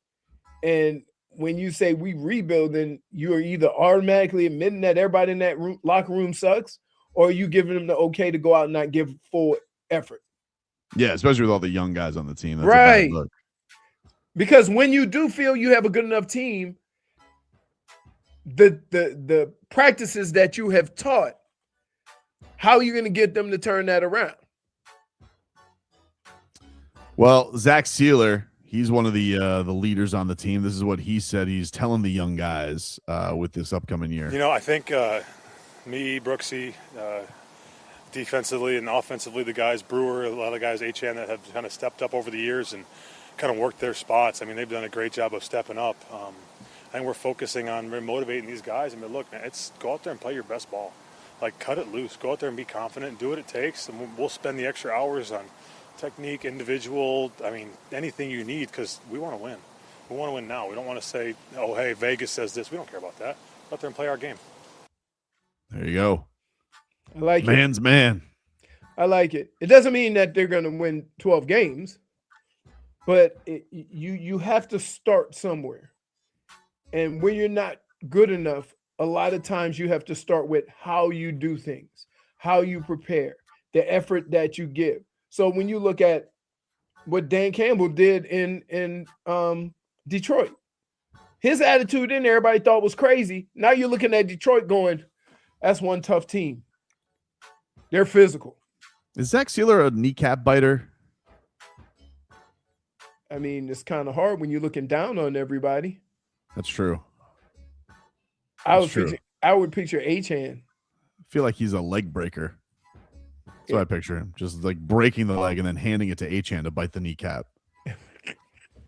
Like a chicken wing? Yeah. That's how I picture it going. Here you go, little buddy. Yesterday, we have a lot of quarterbacks discussing guys who are trying to take their jobs. Matthew Stafford This is what he had to say on Ty Simpson being in his QB room. I'm in there with him, in the meeting room on the practice field, trying to share as much knowledge as I can. Listen, I was a big fan of Ty when he was playing at Alabama. I sent him a text after, he got drafted and said, really enjoyed watching you play. Just you were in the wrong jersey. You weren't a dog. So, but I did enjoy watching him play. He's a talented kid. I'm going to do everything I can to get this team ready to play, to win, but at the same time, share some of the knowledge that I've gained throughout my career, because I wouldn't be in the seat that I am right now if I didn't have people that were helping me out along the way too. So I'm happy to do that. But he has been a sponge, man. He's looking to get better, and really that's everybody on our team, all the young guys that we picked. God, who the hell was it? Who was his quarterback in Detroit when he was the number 1 pick? Who did he have? Jeff Garcia back then? Like, who the 1 in 15 Lions quarterback that was the veteran for Matthew Stafford? Wait a minute. Who was wasn't the ESPN guy there before him? Hasselbeck? No. Orlovsky? Orlovsky can't be a veteran leader. He ran out of the end zone. Hey, like, you being a leader has nothing to do with your contributions on the field. That's what everybody thinks. Everybody thinks your best players are your leaders. I tell you this all the time. That is not accurate. I'm going to see what that roster was. The 2009 Lions. What a sad list to go look at. Hey, don't worry. Oh, wow. You want to know who his veteran QB was? Who? Dante. I don't remember Dante Culpepper on the... Really? He was on That's the after he left here? After he left the Raiders? I guess so. Huh. I do not remember that. No. Oh, Smeetha said Kittner. Drew Stanton was the other guy on that team. Drew Stanton from Michigan? No, that wasn't Drew Stanton. Yeah. Yikes. What was Michigan besides Tom Brady and they ran him out of town? Elvis Gerback?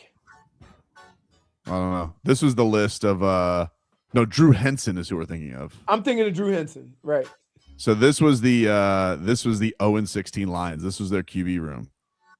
Dan Orlovsky, he was 0-7. He wasn't on the team next year. Dante Culpepper was 0-5. John Kitna was 0-4. They kicked the tires on a lot of guys. Was that the year Dan Orlovsky stepped out of the back of the end zone? It has to be. Are there any other Dan Orlovsky years?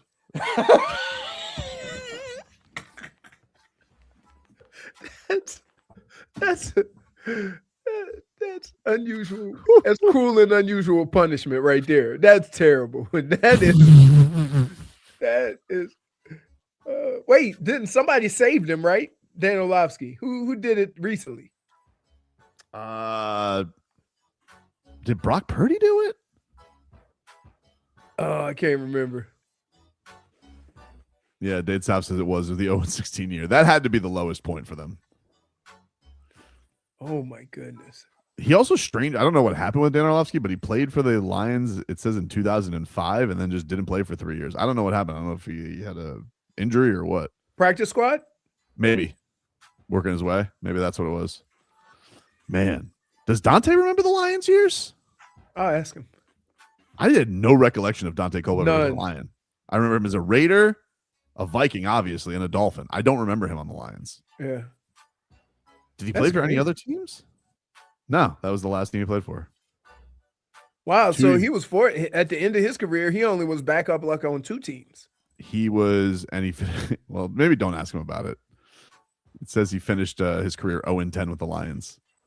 Because I think he came in, I don't know if Stafford was injured or he started, or if they slow rolled Stafford. I'm not really sure how that went. Ooh, Scott Mitchell, he played there, but that was years. He played when I played. Man, you want a Scott Mitchell story? So the year Dan Marino tore his Achilles, the game, Bernie broke his ankle in the same game. And so Scott Mitchell had to come in after Marino. His first pass went 99 the other way. Jeez. Right? A pick 6. We still lost. With a pick 6. And then he played well the rest of the year. And Detroit gave him a big time contract. And all I remember is when we played Detroit and Scott Mitchell was the quarterback, they had a sign with a bullseye on it because he wasn't very accurate. hey Scott, could you hit me for $5 million? And it was a giant bullseye. Stafford did play week 1 that year, but he missed 5 games. Okay. Crazy. Victor Wembanyama. This is what he had to say about how the Spurs were able to bounce back. What did you think about the way you guys met the moment in tonight's do-or-die ball game? I think we were consistent and we did what we needed to do. Trusted the game, trusted the basketball gods. Wow. Trusted the basketball gods. How about just made some shots? Do you have to trust the basketball gods when you're 8 feet tall? Sounds like something you would say. Yeah, because he's closer to them. It seems like more often he should be looking down at his hands. Yeah. Because that has more of a say-so in what's going to happen on the floor. Are you there, gods? It's me, Wemby. They like, wait, did the guys look down and say, we made you 7'5"? You're still asking for stuff? What else do you want from us? Basketball gods are like, you hit 2 half-court shots this playoffs. Leave us alone. Nothing. Not done enough for you. Dante looked like Chunky 11 on the Lions. Let me tell you. My man Dante is a big boy. Oh, yeah. I saw him remember when I played out at Doral. He was out there. That's cool. Yeah. Well, maybe bring it up to him over a coffee or something. Be like, hey, remember them Lions years? No, because he might throw the coffee at Leroy. Nah, not me. Like, I got I can ask pretty much anybody anything. It's not what you ask somebody, right? It's how you ask it. Asking about being on the 0-16 Lions is basically asking football war stories. But keep in mind, that feels like PTSD. I'm also asking a guy who was on 2 teams that went 15-1. Sure. So it's not like I'm asking Dan Orlovsky, who had 0 success as a quarterback in the NFL. I'm asking a guy who made Pro Bowls and got the big contracts and had success. He was the quarterback when the team went 15-1. Sure. So I'm, you know what I mean? So then asking him about his last year when he was with Detroit is a different story. He probably just sends you a thumbs down emoji. Well, we laughed. Like last time we talked, we laughed about a lot of stuff that happened in Minnesota with him being a rookie because he was a big, strong rookie. So it wasn't going to be a whole bunch of pushing folks around and making them do stuff. Who was the coach of that team, the 0-16 Lions? Who the hell coached that team? Let's see. Did Schwartz come after that? No, way after that. Rod Marinelli. Well, that explains a lot. Rod Marinelli was 10-38 as a coach in his career. And if you just put that record together, it don't seem that bad. Because go look at some other teams with records. Gus Bradley, I think, had a couple has a pretty rough one. He had a 3-13 year and an 0-16 year. Then he had a 7-9 in the mix. That's enough Lions talk for today. All right, we got it. Today's show, Andrew Miller, Rob Marinelli, and Scott Mitchell. Friday, May 29th, Schmeathan. What are you going to do, dude? That's what it is. 1 game left in the Western Conference Final. Yep. Yeah. Mystery teams. It's all happening. And hopefully we get John Morant, too. I'm glad you're on my side on that, though. I'm not. Listen, can I just tell you something? I'm not on your side. I'm on the side of reason.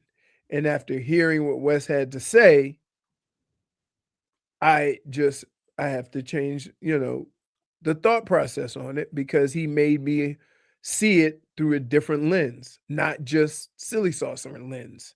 It just makes me kind of feel like you respect Wes's opinion more than mine as a That's not true. Basketball pundit. Now, let's whoa. I'm respectful. Now let's get something straight here. If I have questions about things that I don't know at any time during the course of a day, who do I call?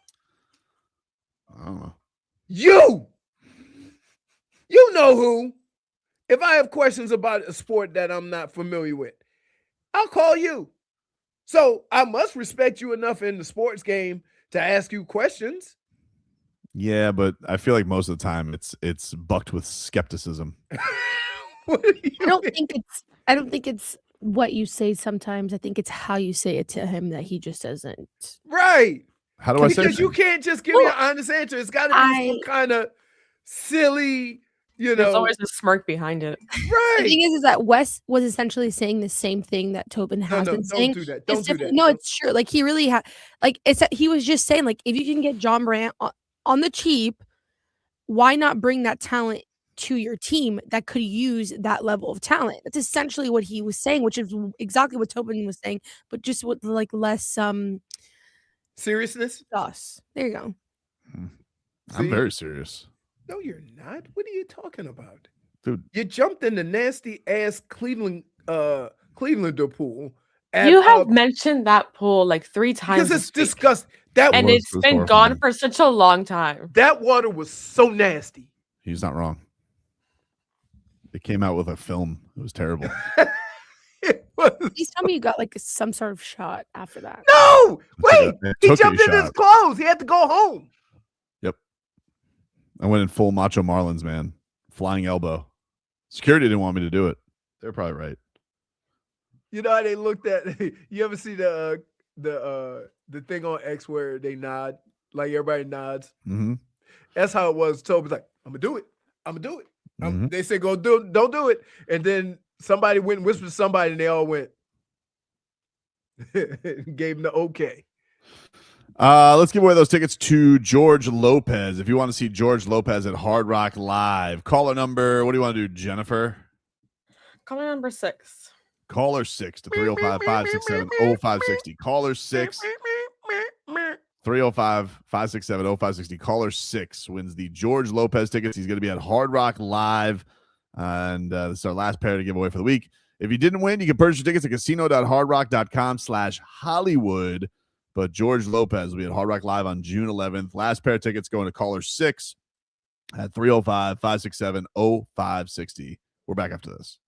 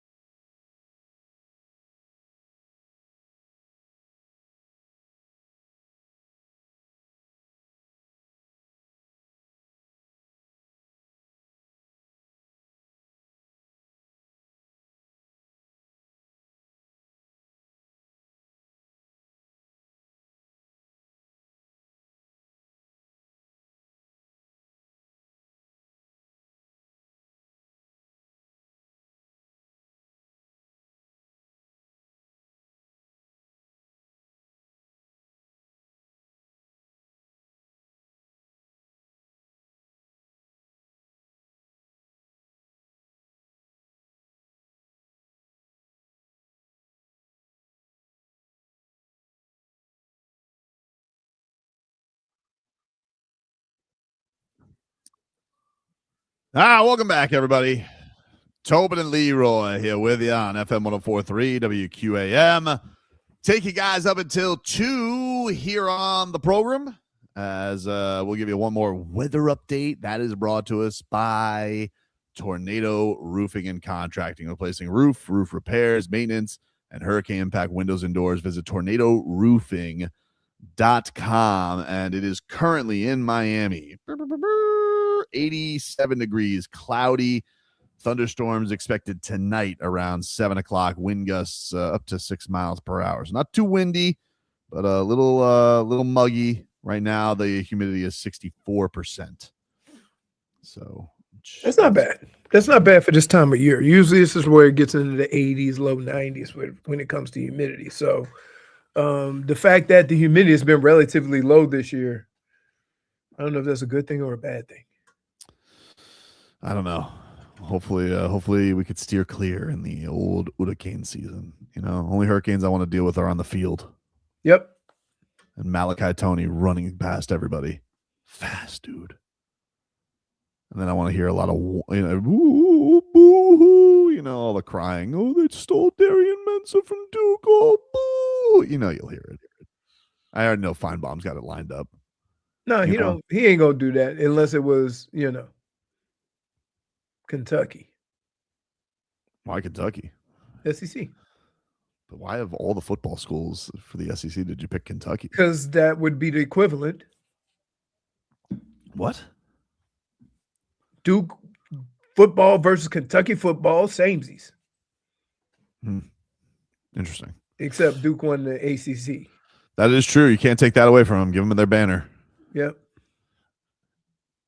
I mean, can you take like I remember there was a couple of teams that were 8-8 and went to the conference championship game, right?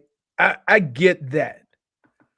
But the way college football works, if you win a conference or you get to go to a conference final at 7 or was it 6 and 5 they were? Is that kind of crazy? It is crazy. It is crazy. Because of the stupid ACC rules. Some games were counted as conference games and others weren't. So that's what happened. Listen, the ACC has some wacky ass rules. That's for sure. Yes. But at least the Hurricanes can say we never sued our own conference and lost. I mean, if Duke wouldn't have won, if Virginia would have won that game, then we wouldn't have made it to the college football playoff. I'm not here to ruin anything for Manny Diaz. Let him enjoy his 6-win conference championship and his second string quarterback. I have no issue. He can go live his life. And he's got the Carolina Hurricanes who are gonna, he loves doing the thing there. So good for Manny Diaz, dude. Does he really? He's like affiliated with them? Because he does. State is what's in Raleigh, not Duke. No, he does. He's done the siren a couple of times. Really? Yeah. That seems sacrilegious. Yeah, I don't know. I mean, who's Duke's? I don't even know who Duke's coach is now. It used to be the dude from Texas A&M. I don't know who their current coach is. Elko used to be there. They're another one who whined. Oh, the stupid lateral plays. Oh, make them overturn it and forfeit. Shut up. I mean, I love the way people say those things. Are they familiar with sports? It's crazy. Have they been around sports? That ain't gonna happen. Yeah. Did anybody do that with Georgia Tech when it wasn't a fumble? No. We took it on the chin. Embarrassing loss. That's how it goes. You know what's a crazy thing is that now, 10 years from now, they'll look back at your record and take away those wins. But they ain't gonna do it right away. Crazy. The headlines are brought to you by Doral Kia. You always pay less with your price Cito at Doral Kia. Visit them at Doral Kia or DoralKia.com. The Marlins back at it tonight against the New York Mets. It's a 7-10 first pitch from Citi Field. Max Meyer on the hill for the Fish. He's been good lately. So we'll see if he can keep that up as the former Marlins top prospect. Rounded in the form a little bit this year. Nice to see from Max Meyer. He was another one. He had 100 injuries, and now he's seemingly putting it all together. Got a nasty slider. I mean, that dude's got one of the nastiest sliders in the league. He's the only guy, Leroy, on pitching props I'd kind of be like, he gets a lot of strikeouts. All right, fair enough. We'll stay away. I'm not like it. Here. The reason why I can't do it, and the reason why I don't suggest it, it's not just the pitcher. It's the skipper. Right. And he could be on a heater just throwing a gym, and he go, third time. Let's see what's he got today. He is over under from Max Meyer, 5.5. 5.5. Doesn't he average like 6 or 7 a game? He's been killing it, dude. Yeah. He's been killing it. Ooh. Let's see. Alt strikeouts. Maybe. Well, I don't want to look at it too long because then Leroy's going to convince me to go away from it. I like to shoot from the hip when it comes to gambling. Really, really fat odds to lose on. Yeah. That's the way you got to do it. In the meanwhile, on the ice tonight, you have the Carolina Hurricanes looking to close out the Montreal Canadiens. I wish Carolina no success, but they've been having a lot of it. Our own David Dwork from the Hockey News. I don't know why I claimed him like he's just our friend. He doesn't work for us, but I love him. He's the Hockey Hornet. He writes in the Hockey News, he says, NHL Insider provides update on Sergei Bobrovsky. And David writes, with no netminders signed for next season, Florida faces a high-stakes standoff with Sergei Bobrovsky as he nears free agency and a potential trade targets like Jordan Binnington emerge. One of the biggest storylines surrounding the Florida Panthers heading into the summer is their goaltending and their lack thereof. As of right now, the Panthers don't have any goaltenders under contract next season. Sergei Bobrovsky will be an unrestricted free agent on July 1st following the expiration of his 7-year, $70 million deal with Florida. Bobrovsky will be 38 on opening night and is reportedly looking for a reasonably sized payday and a deal that would have some term attached to it. Considering his age versus those could be fairly big ass, but he's also arguably the best playoff goaltender over the past several seasons with a pair of Stanley Cup wins under his belt. On Tuesday, NHL insider David Pagnotta went on NHL Network and told Erica Watcher on the update on Bob, quote, he wants to stay in Florida. I think that's his preference. He wants to stay there, but he also wants term by every indication. He mentioned the 6-year, $31.5 million deal signed by Brad Marchand last summer, who's 37, something that is Bobrovsky may be looking at the Panthers to offer with more money to spread over the longer term. Two sides have been discussing a contract extension for several months, which is why Sergei Bobrovsky's name came up at the trade deadline. The outside interest on Bobrovsky remains there, but how far those discussions will go will depend upon how things shake out with the Panthers. Quote, it wouldn't surprise me if he goes to July 1st and at least understands what proper appetite is out there for his services. But again, his priority would be to stay in Florida. I think the Panthers would certainly like to keep him, but at the same time, they're going to do their due diligence as well and look at other options as Bob leaves. One guy I think could be on their radar is St. Louis's Jordan Binnington, who's entering the final year of his deal. The priority is to keep Bob, but Florida's going to look at their options. Binnington, David writes, 1 year left on his deal with an average annual value of $6 million, while Connor Hellebuck has 5 years left on his deal and carries a value of 8.5 per. The Cats so you think Bob should get $5 or $6 million a year, and then they do the same thing they did with Marchand? Because that doesn't seem like it's that steep. No, I think for me, I think it's like I was looking at the goalies. I think somewhere around 7 for Bob seems fair. If it's a 4-year 28er, that's probably what he's looking for. If they offer something like 4 for 24, can we find a middle ground there somewhere, something between 6.5 million, something like that? Right, I got you. I know the age is the age. I know everybody's scared, but no one's better than him, dude. I mean, you fall for this. Nobody's questioning how good he is. I'm certainly not. What I'm saying is that how long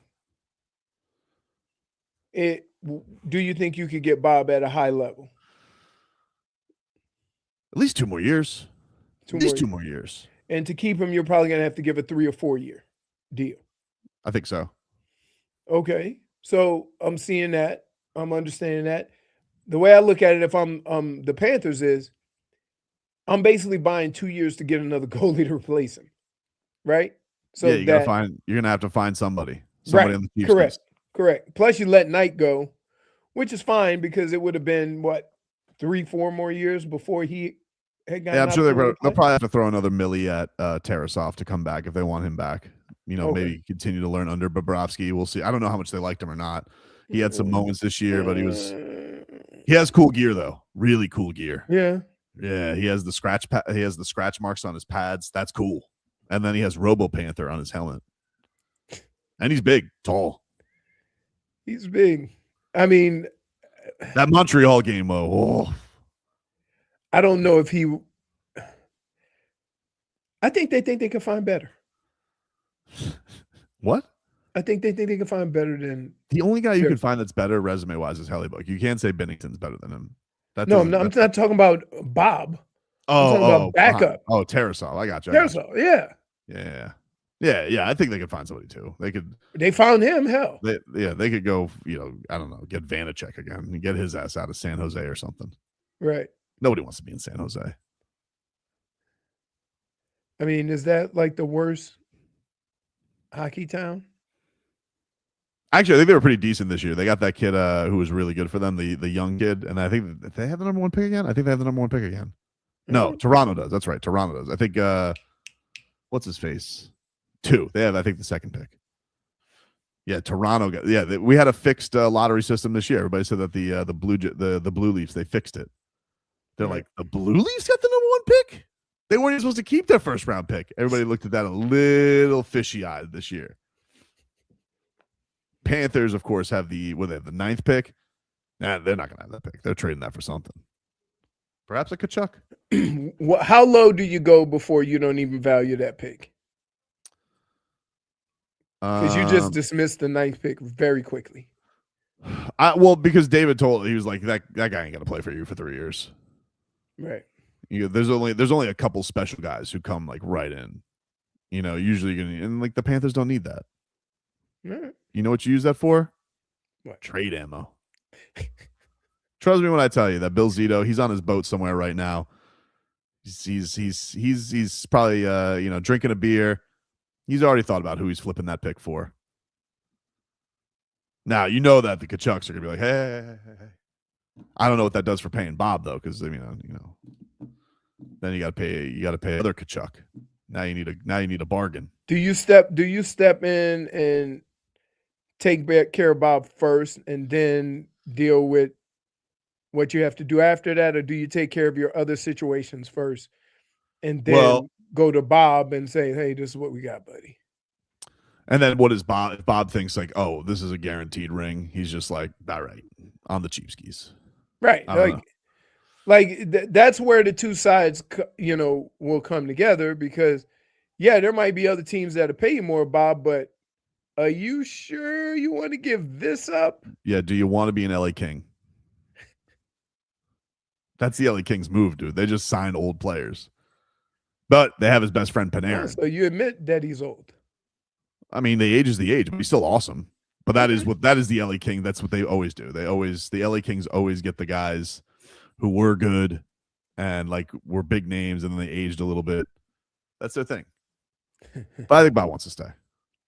If he doesn't, I'll just need some time to myself.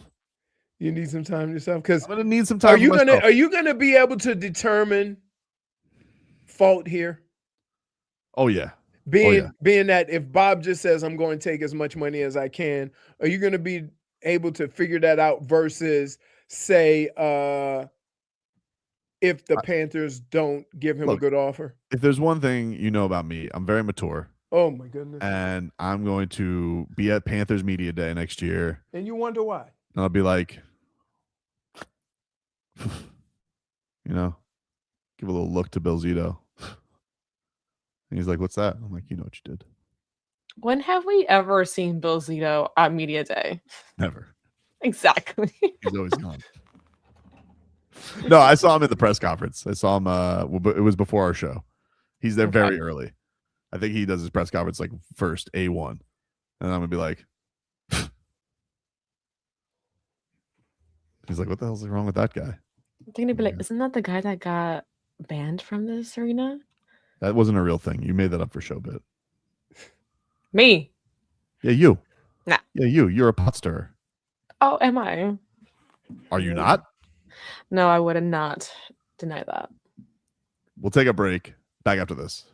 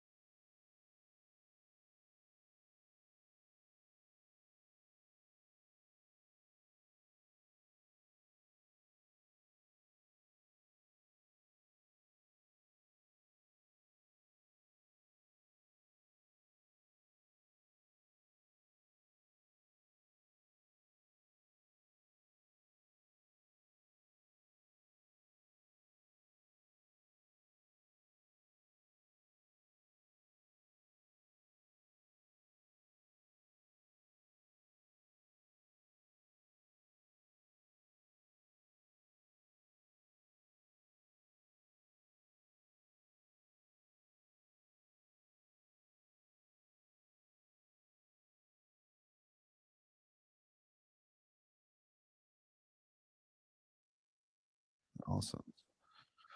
All right, welcome back, everybody. It is Tobin and Leroy here with you on FM 104.3 WQAM. Take you guys up until 2 here on the program. I want to let you guys know one more time, cigar lovers, we've got your chance to win sold-out VIP tickets to Drew Estate's Florida Barn Smoker this November. Throughout the day, you'll enjoy premium and VIP cigars, curated food and beverages, experiences, food trucks, drinks, and more. To enter, text the word Barn Smoker to 20357. Text Barn Smoker to 20357. You must be 21 plus to enter and attend. Valid ID required at event registration. No fake mustaches. I added that part. Just, none of your tricks to try and get in. You got to be able to grow facial hair to have a fake mustache. One, I said fake mustache, and two, I could grow a mustache right now if I wanted to. I choose not to. Okay. All right, see, look at this. Are you a Chia Pets at this point? Yeah, it's already itchy. I just shaved. If I wanted to right now, you're just like. Yeah, no, I'm like the Lorax. If I wanted to, if I chose to, I could do it. People do that Movember thing. I mean, mine's like a mo minute. Like it doesn't. But I choose not to. Okay. I just don't want to have a mustache. Just turn into like a werewolf or something. I'm not. You want to know why I don't have a mustache? Because I'm not a detective. Okay, if I was a detective, I would have a mustache. All right, and I also don't play 80s baseball. There's no need for them. Am I Raleigh fingers? No. The mustache is coming back. To who? Idiots. That's who. Don't you love Jacob Rodriguez's mustache? That's true. Just because it reminds me of Kim Bocamper. That's it. If he stinks up the joint, he's gonna need that as a disguise. He might want to shave that. That's then all of his aura is gonna be gone. Sleeping said maybe try a diet Vember.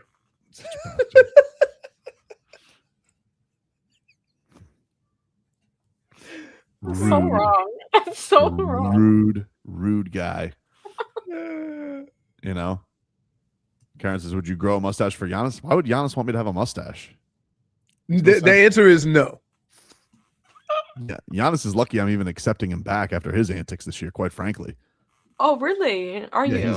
He's lucky that I'm Yeah, we've let you off the hook. We've let you off the hook. Why have you let me off the hook? I haven't done anything to get on the hook. Mm-hmm. What have I said about Giannis? You've been breadcrumbing a bit. Yeah, you're so eager to report on the latest news on Giannis. You were really curious about this mystery. No, he's moved on to Ja. No, he's moved on to both. Have you not he wants them both, and he's done it so subtly. By the way, he even said it with Wes. I know we can get Giannis and Ja. I know he did.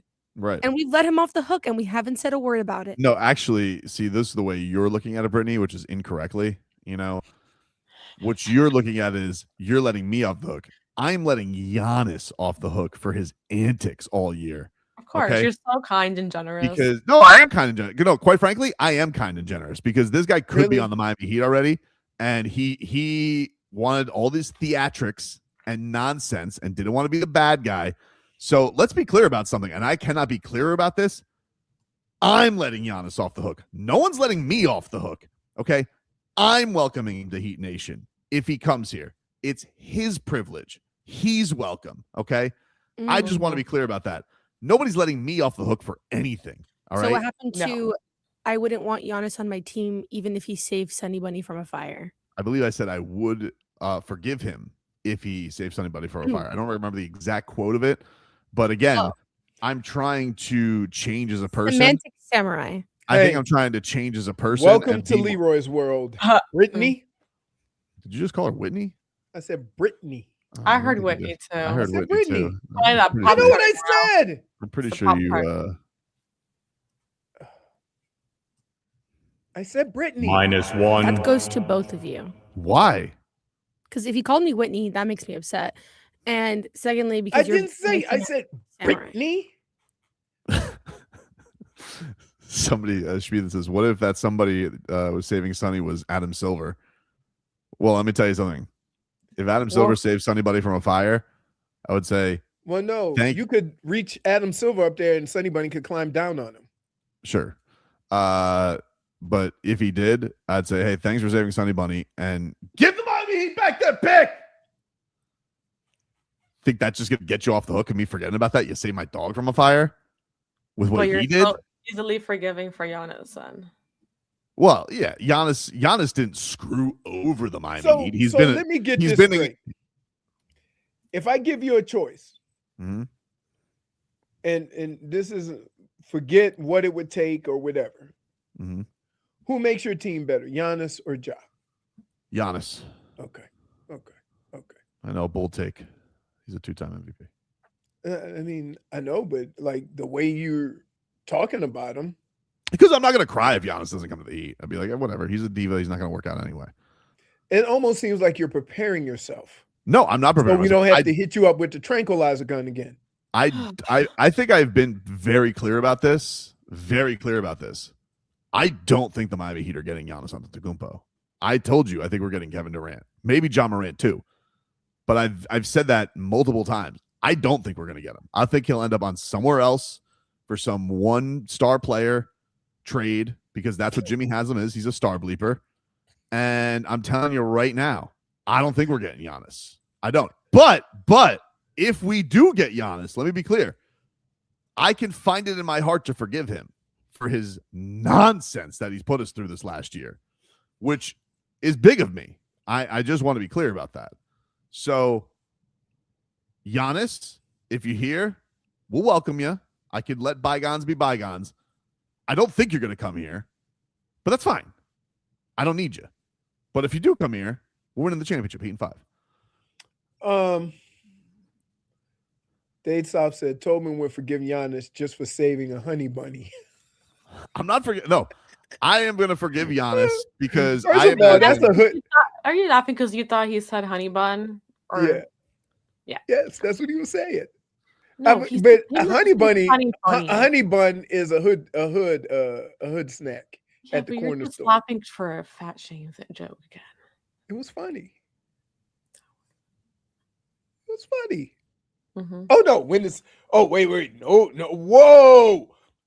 Nobody, you were on the ground laughing with the toe jokes. Now all of a sudden you have compassion. Oh no! Why are you picking on Tobin?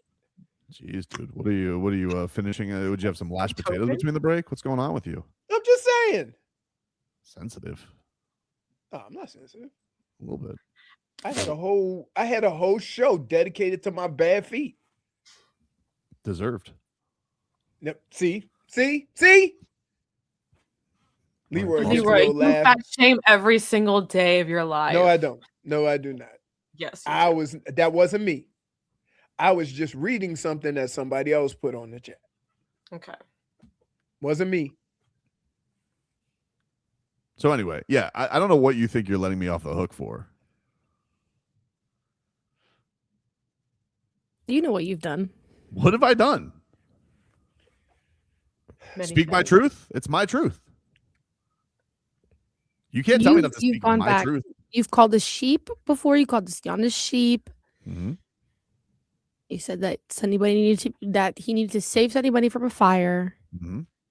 And now you're here like, oh, if he makes his way here, I guess I'll just be happy. And oh yeah, by the way, we're gonna win a championship with him. Yeah, what am I supposed to do? Like, come on. Miserable?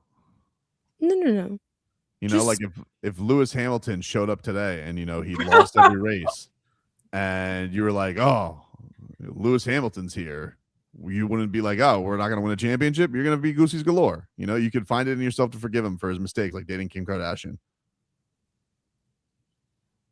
Exactly. You're boxed in. No, because I've never doubted Lewis Hamilton and his ability to win an eighth. I don't know. You seem like you were with that Kylo fellow. Very, you seem like you were finding a new favorite. He's saying, Kylo Ren. Who's that new guy who's winning all the races? Himmy? Anatoly? Yeah, Anatoly. Huh? Oh my goodness. The Fontecchio of F1. He's 19 though. Butchering English. That kid's what? He's 19? Yeah, he's 19. I know. Listen, this Brittany, she gets new favorite racers like it's nothing. That's not true. Hey. Has never backed away from I have never, unlike you. Don't know. Unlike you, I have never wavered in my love for certain drivers. Interesting. I'm not like you. Calm down. You had mashed potatoes during the break. I don't think so. I think you did. I don't think so. I think I was accused of things that are not true. That are Let me just tell very- you something. Look, they're not true, because let me tell you something right now. If you told me today that I could watch 82 games of Kasparas Jakučionis, that would make me happier than Giannis Antetokounmpo. But if Giannis Antetokounmpo does end up here, I will forgive him, and we will win the championship. You think you that close? Yeah, we'll figure it out. No, figuring it out means you're not there yet. But you're making it sound like if the Heat just add Giannis, championship. That's not going to be what they just do. You gotta wait. You gotta wait for the whole plan to come through. But if you get so the do star, you though. So do you though. Before you but I start have making faith. these You comments. don't. I have faith. You don't. You know. No, it has nothing to do with having faith. It does. It does. But that's okay. You just said if we get Giannis, we're in the championship. Or and then John I Morant. said, you think by just adding Giannis, and you go, no, all the other moves too. Yeah, because we could add Durant and Morant when we win the championship too. But either way, we could go two paths. You know, we could take the Giannis pill, we could take the KD pill, whatever you want to, dude. Hey, we gotta take a break, huh? You're exhausting. Thank you.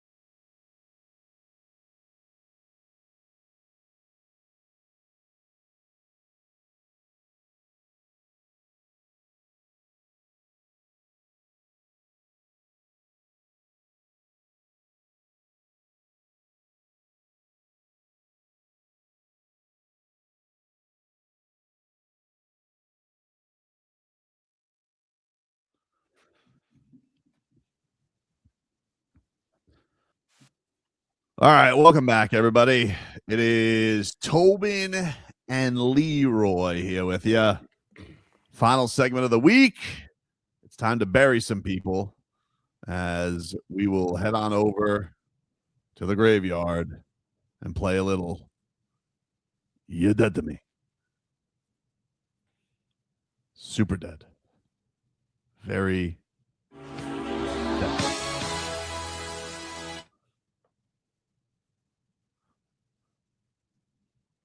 Leroy, who's dead to you? So I would like to make the NBA dead to me. And here's why. In their efforts to fix things, they made things more confusing. So I still can't figure out how the NBA draft's going to work. Like, the last team is not going to get the best pick, but they're going to be penalized for being bad. And there's a number of different reasons why you could be bad. Some organizations are just terrible. We've seen them, right? No matter what you give them, they're going to make bad decisions. Those teams shouldn't be lumped in with teams that have a misfortune, say like an Indiana, who lost their best player for the year. And they've made all of this more confusing than it was before, even though everybody had a problem with the way that was done. So I just think they did something to do it. I don't necessarily know if they did anything to fix the issue. All right. JFig, who's dead to you? I don't really think I have much of a dead to me. I'm trying to start Why not? my weekend off in a right. That's not how it works, dude. That's not how it works. You know, that's like a Leroy move during Tickle My Fancy. All Wow, right? that's a lot to compare me to. You don't get to go, oh, I want a good week. Why are you so No damn dead to me. insulted? Like, Because You don't I get to- know how to play the game. I really don't. I can't think of something that I deem. Not even the dead to me. theatrics of putting in a dusty vacuum yesterday. Oh, you know what? I'll take that back. You're right. I absolutely. Yep. Okay, no, that is dead to me. Because whoever, I'm still trying to figure out who did that. And also the fact that they decided now to listen to us and vacuum during the show, which gave me allergies during the show. And I had to go resort to taking allergy medicine during the show. And I was very itchy the entire time. It was really annoying. Yeah, That's it. agreed. Brittany, who's dead to you? Thank you for trying to make me remember my trauma from yesterday. You're welcome. So I would say there's two things. One of them is, I guess this is for myself because I guess no one else to blame but me. But 2 hours into the show, I realized that my mic was off of channel 4. So that means the first 2 hours that I recorded on the computer were nothing because my mic was off. So So if you go back on the podcast, none of the channels that you put up. No. I'm gonna recover the hours on, like, go back into the system and recover them and make sure that that's the case, because if not, then it sounds like you guys are talking to yourself multiple times throughout the first 2 hours. I mean, like, on the stream and everything, it's just off of the computers that I record on. Right. That my mic is off. That's so I guess that goes to me because I didn't realize that was the case because all the other channels were on. Production snafu. Your production snafu. So I guess I'm dead to myself on that one. And then secondly is the damn Keurig in the kitchen. Why? That's dead to me. Because since yesterday. That is true. Yes. No, seriously. Since yesterday, the coffee has tasted like straight up doo-doo. Like straight up poop. Oh, really? Straight up poop. Probably should have closed your toilet seat. There's no toilet close to that. And I hope I'm there's glad you learned from that conversation. Yeah, I Well, am glad that you learned. Can I just say something? You got that particle Don't brew? you have to make sure you don't leave any remnants? True. That's true. But yeah, I don't know what's going on with that coffee machine, but the coffee has tasted horrific for the past 2 days. Mhm. And like, I need my coffee to function. We And count drinking on that bad coffee puts me in a bad mood. So the Keurig is dead to me, and whatever's wrong with it is dead to me. We need to like descale it or whatever. They're allowed to I'm gonna take bring it. my what? No. Oh yeah, I'm so sure if I write a ticket for the Keurig that they're going to fix it. They're going to delete the ticket immediately. So yeah, those are my dead to me's. My dead to me is Donovan Mitchell. Why?